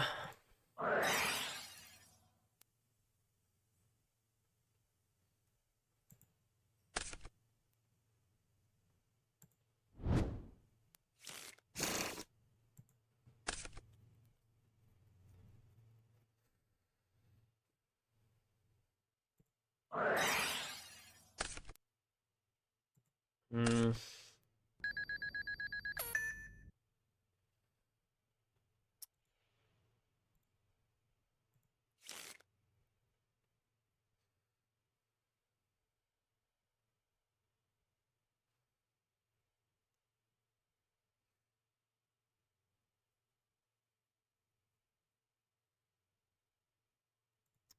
We'll just say go.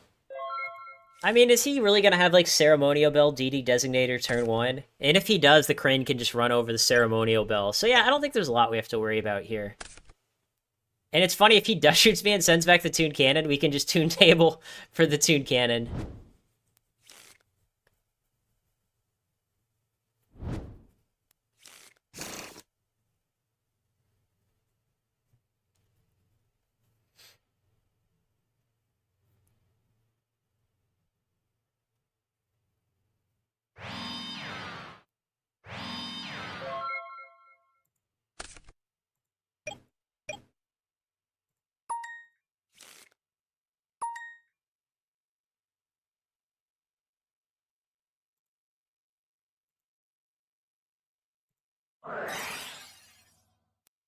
Probably gonna call 8.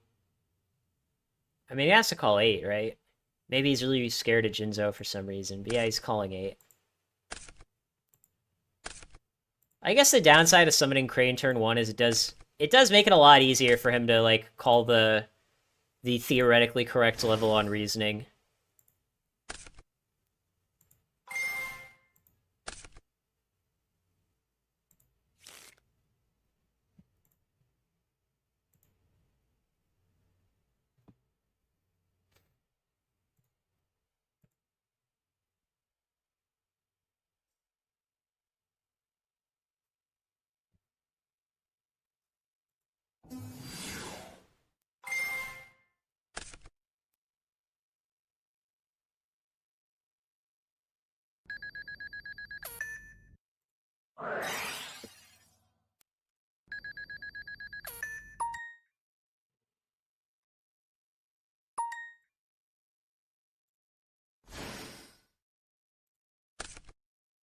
Ooh, that's spicy.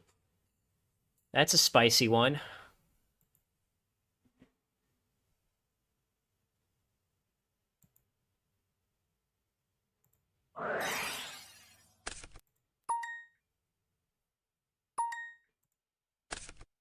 Alright, I don't even care. Jinzo and Demok, like, both of them are good.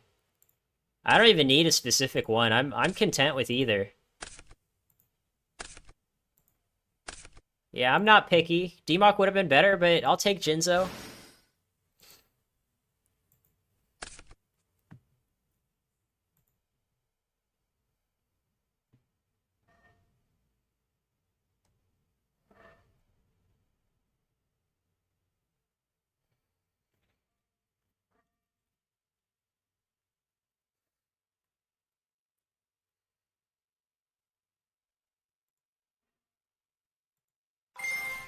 Yeah, we'll just go full ham here.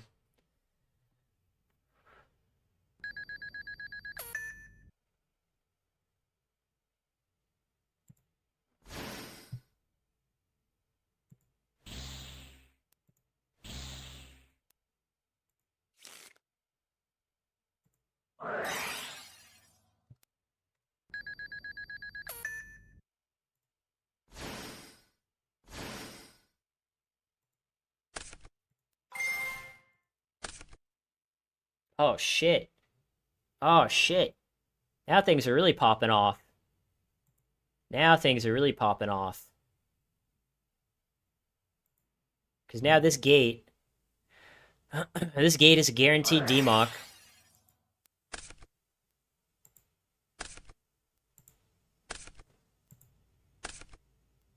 Still have 9 cards left in our deck, which is nice.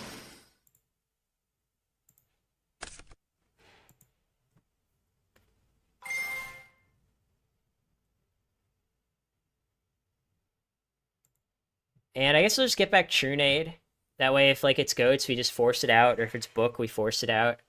Right? Yeah, Trunade's the obvious choice. Note how we didn't sack our crane that was attached to Pre. That was intentional, by the way. That was intentional. Because I knew that this could very easily happen, where we want to Trunade and get back our Pre.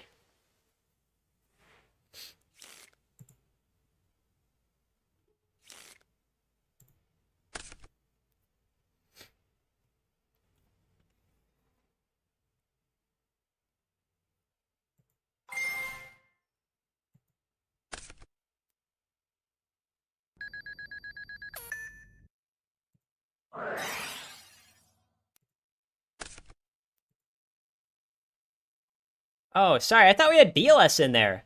There's no BLS in here? Oh, this is bullshit. I thought we had a BLS in here.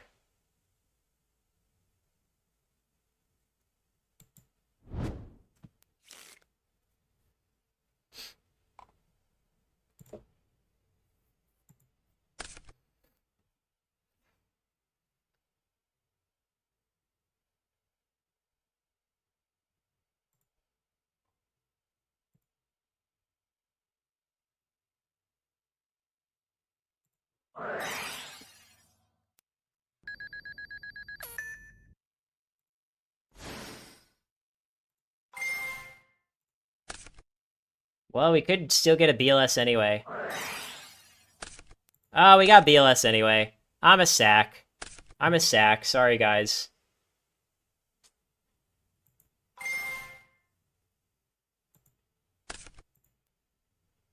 Oh, but now we have no dark. Oh, but we have graceful. Alright, I'm just playing horribly and getting super lucky. Oh no, we can go Toon Cannon launch itself. So we would have had a dark either way. I mean, I'll just graceful just for the hell of it.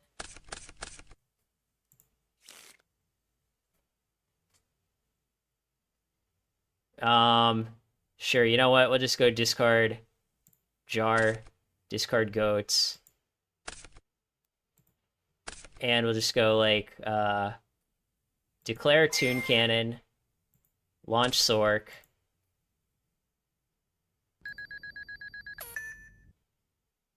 Special summon BLS in defense.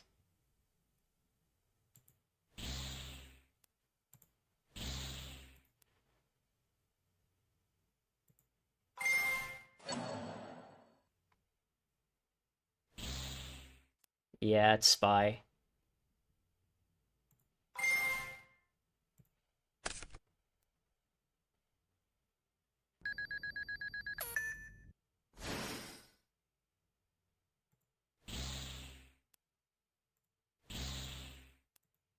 This is not game through Karibo, unfortunately. But he didn't have it.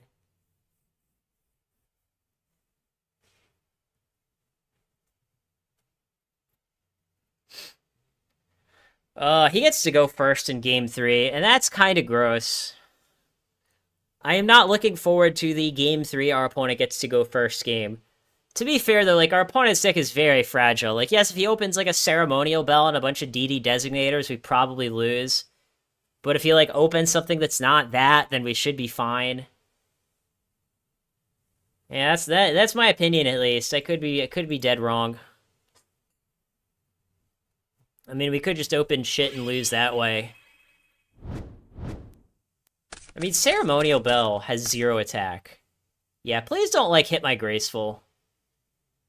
Even just going DD Designator for Upstart, it hits multiple copies, right? DD Designator is like Mind Crush. It can hit multiple copies.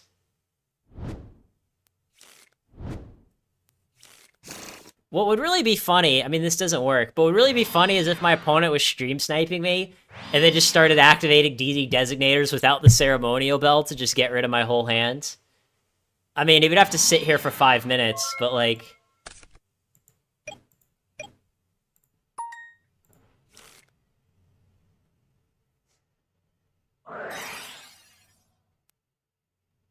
During their respective turns, each player must show their opponent their hand. Okay. So when it's my turn, he gets to see my hand, and when it's his turn, I get to see his hand.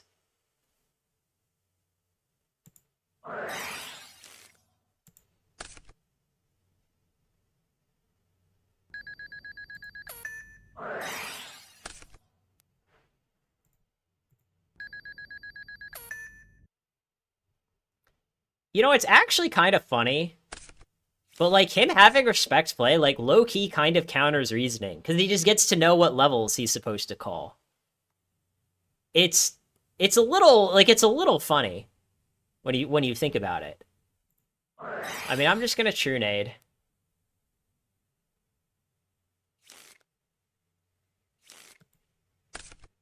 And then I think I'm just gonna Graceful.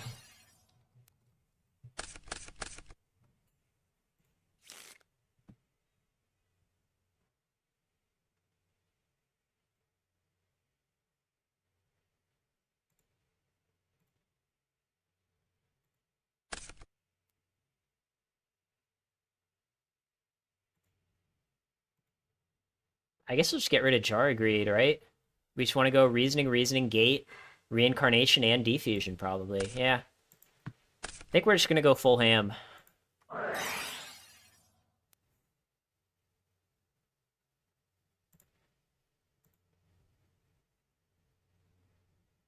I still have Toon Cannon in my deck. I was kind of hoping the Graceful would get me, like, a Toon Table. He called 6, by the way. As long as he doesn't call the first Reasoning right, I think we're good. Okay, yeah, now you're gonna have a bad time. You're definitely gonna have a bad time. Um, because we have Monster Gate and Dimension Fusion, which is a lot. So let's see, we've got 3 targets left in our deck. We've got a Crane. Okay, he just quit. We were almost certainly gonna win though, right? Because we had a Crane, a Toon Cannon, and a Jinzo left in our deck. So here I think I was gonna go Gate and just start going Gate the Demok, Defusion, the Demok, Gate the Demok, Defusion, the Demok. And it was almost certainly game. Even with him at 10,000, it was almost certainly game. I guess that was kind of a fun one to end the stream on. I kind of am curious what his deck list is. Mind on Air to me seems like insanity. Mind on Air is... I don't even think it's light or dark, is it? Is it like a light monster? Oh, it's a dark monster. But what's crazy is that this card requires a tribute. Even if it didn't require a tribute, I don't know, if it didn't require a tribute, I think this card could actually be really strong. But the fact that it's a 1,000, 1,600 that requires a tribute, I don't know, this is one of those cards that, like, if it had better stats or if it, like, didn't require a tribute, I think it could be playable. Even if it, like, had 2,000 attack, like, say it was a 1 tribute monster that had 2,000 attack, it still probably wouldn't be good, but it would at least be, like, you know, maybe, right? I don't know. But yeah, we did pretty well today. I think we lost twice, right? I think we lost twice. We lost to Burn. That was the one right there. And then we lost to... What was the other one? Was it Warriors?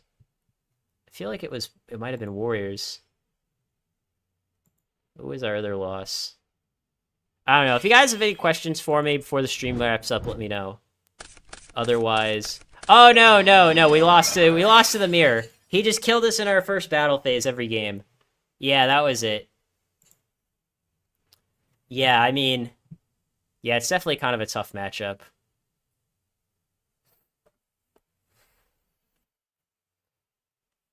But...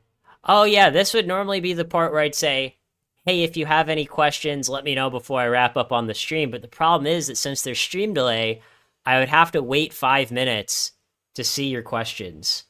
So let me set a timer for 5 minutes. I'm going to set a timer for 5 minutes from now. Or actually, no, I think my delay is 6 minutes. So I'm going to set a timer for 6 minutes. And if you have any questions, drop them in chat now. Otherwise, if the timer hits 0, yeah.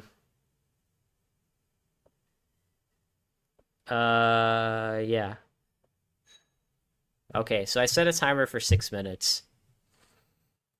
If there are no questions when the timer hits 0, I'm going to call it a stream. If there are questions when the timer hits 0, I'll answer the questions, and then I'm ending the stream. But yeah, I do think this build is better than my old build. I mean, Jury's still not in on card destruction. I mean, it can be good sometimes. You definitely have to be a good player to get to know, like, the correct way to use card destruction. Maybe that's my issue. Maybe I'm just not good enough. I'm just not good enough to use card destruction.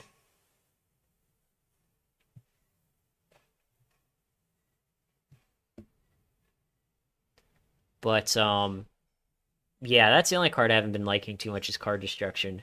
I still kind of like the idea of playing, like, just one meta in this deck.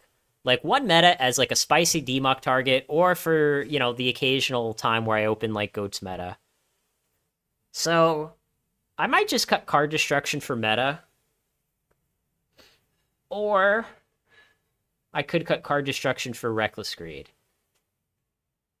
Everything else is fine. I mean, some people have said, oh, you don't have to play 3 True Nades. I think that's a possibility, too. I don't think we need to play 3 True Nades. But, like, True Nade is really good against both Panda Burn and Warriors, and those 2 decks collectively are a pretty large chunk of the meta. So,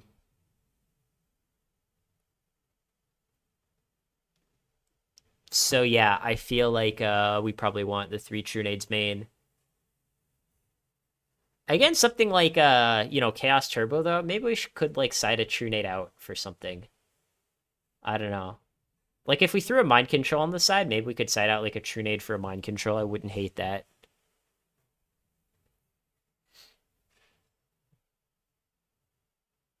Yeah, something to think about.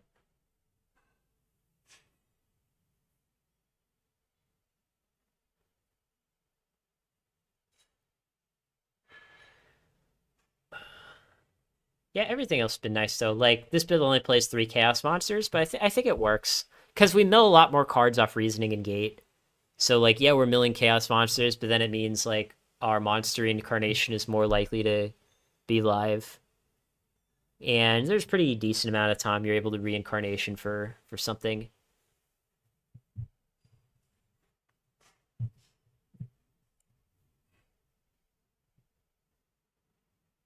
And some builds of this deck also don't main Vortex, they side it. I think Vortex, I think you got a main Vortex.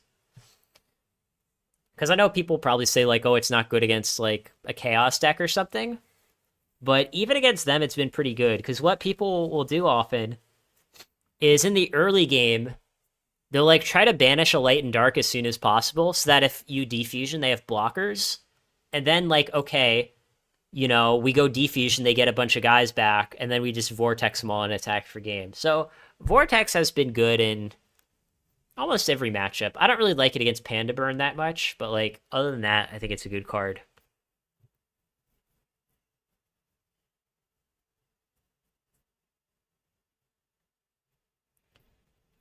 So yeah, I definitely don't want to cut Vortex, even though like some of the lists don't play it. I think that's kind of crazy. And like against Warriors, Vortex like kills a Kaiku, which is huge.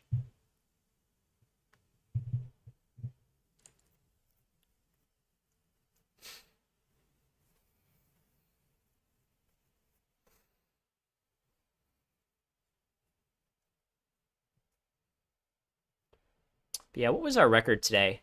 Let me go check the record. Was it 5-2? Was it 5-2? 1 hour ago, 2 hours ago, 3 hours ago. Okay, 1, 2, 3, 4, 5, 6, 7, 8, 9. We went 7-2? That's crazy.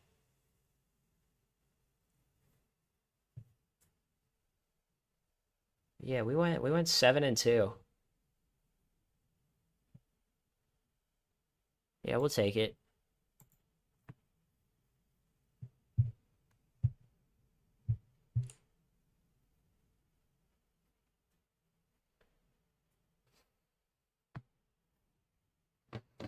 All right, 1 minute left.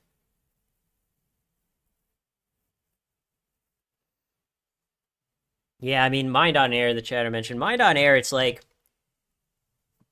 even if it had, like, obviously, like, the best attack stat that it could have, well, I mean, obviously, the best attack stat would be, like, 1,000,000, but, like, if it could attack over a spy, like, say it had 2,050 attack, it's like, okay, maybe, right? Maybe. If it had, like, 2,050 attack, maybe you could come up with a way to make it work. But, but yeah, with like 1,000 attack and requiring a tribute, that is like a huge investment for a pretty underwhelming payoff.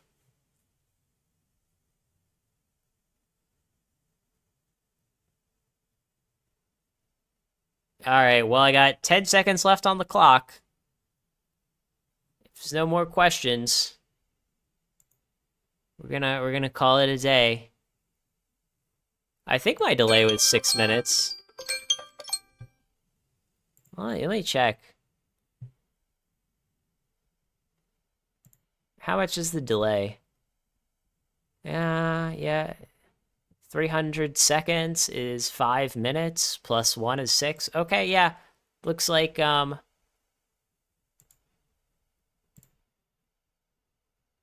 like we're gonna call it a day. Oh, okay, we have one question. What are your thoughts on medical tourism? I think people should do it. Like it was, I don't know what this was. This was like 1 or 2 years ago. My mom needed like her cataracts removed, and the price that they were quoting her was some ridiculous amount. Like in America, it was like $6,000, and like in Mexico, it was like $1,000. So I'm like, okay, you could just save $5,000 by just going to Mexico, and then you can just get a free vacation to Mexico. And it doesn't have to be Mexico, right? Like it could be like Costa Rica is another one in that area, which is kind of known for medical tourism. Um, Even like a lot of people go to like Thailand for medical tourism. So yeah, I think people should do medical tourism. And here's the thing, if more people did medical tourism, it would force US healthcare providers to lower their prices. Because that's how competition works, right? Like if you have a product and you charge a certain price and everyone just says, no, I'm not paying that price, I'll go to one of your competitors, that forces them to lower the price. So obviously that would take a really large number of people to have an impact, but more people doing medical tourism is objectively a good thing, right? It saves you money. It forces US healthcare providers to charge reasonable prices if people do it en masse. And you're also supporting like a growing economy, right? So if you like go to Mexico for medical tourism, you're supporting Mexico's economy. Maybe for you that's like a bad thing. Um, maybe for you that's a bad thing and you don't want to support Mexico's economy, but I think a lot of people would like to sort of support these developing economies and not worry so much about whether their local doctor who has 200K in medical debt is able to pay it off, right? So my perspective is I am very, very pro medical tourism. I think there's almost no way that you can spin it as being a bad thing. Obviously, do your research, like make sure the person like any doctor, right? Like you don't want to be the guinea pig. You want to go to a doctor that has a history of doing it and hasn't like, I don't know, killed a bunch of people or something. But yeah, more people should do medical tourism. If I needed medical care, I mean, depending on what it was, I could get it in Cambodia. Um, but if I needed medical care and I wanted something a bit higher quality than what I could get in Cambodia, I would go to either Thailand or Vietnam. But like Thailand is an absolute disaster right now, so I wouldn't go to Thailand, I'd go to Vietnam.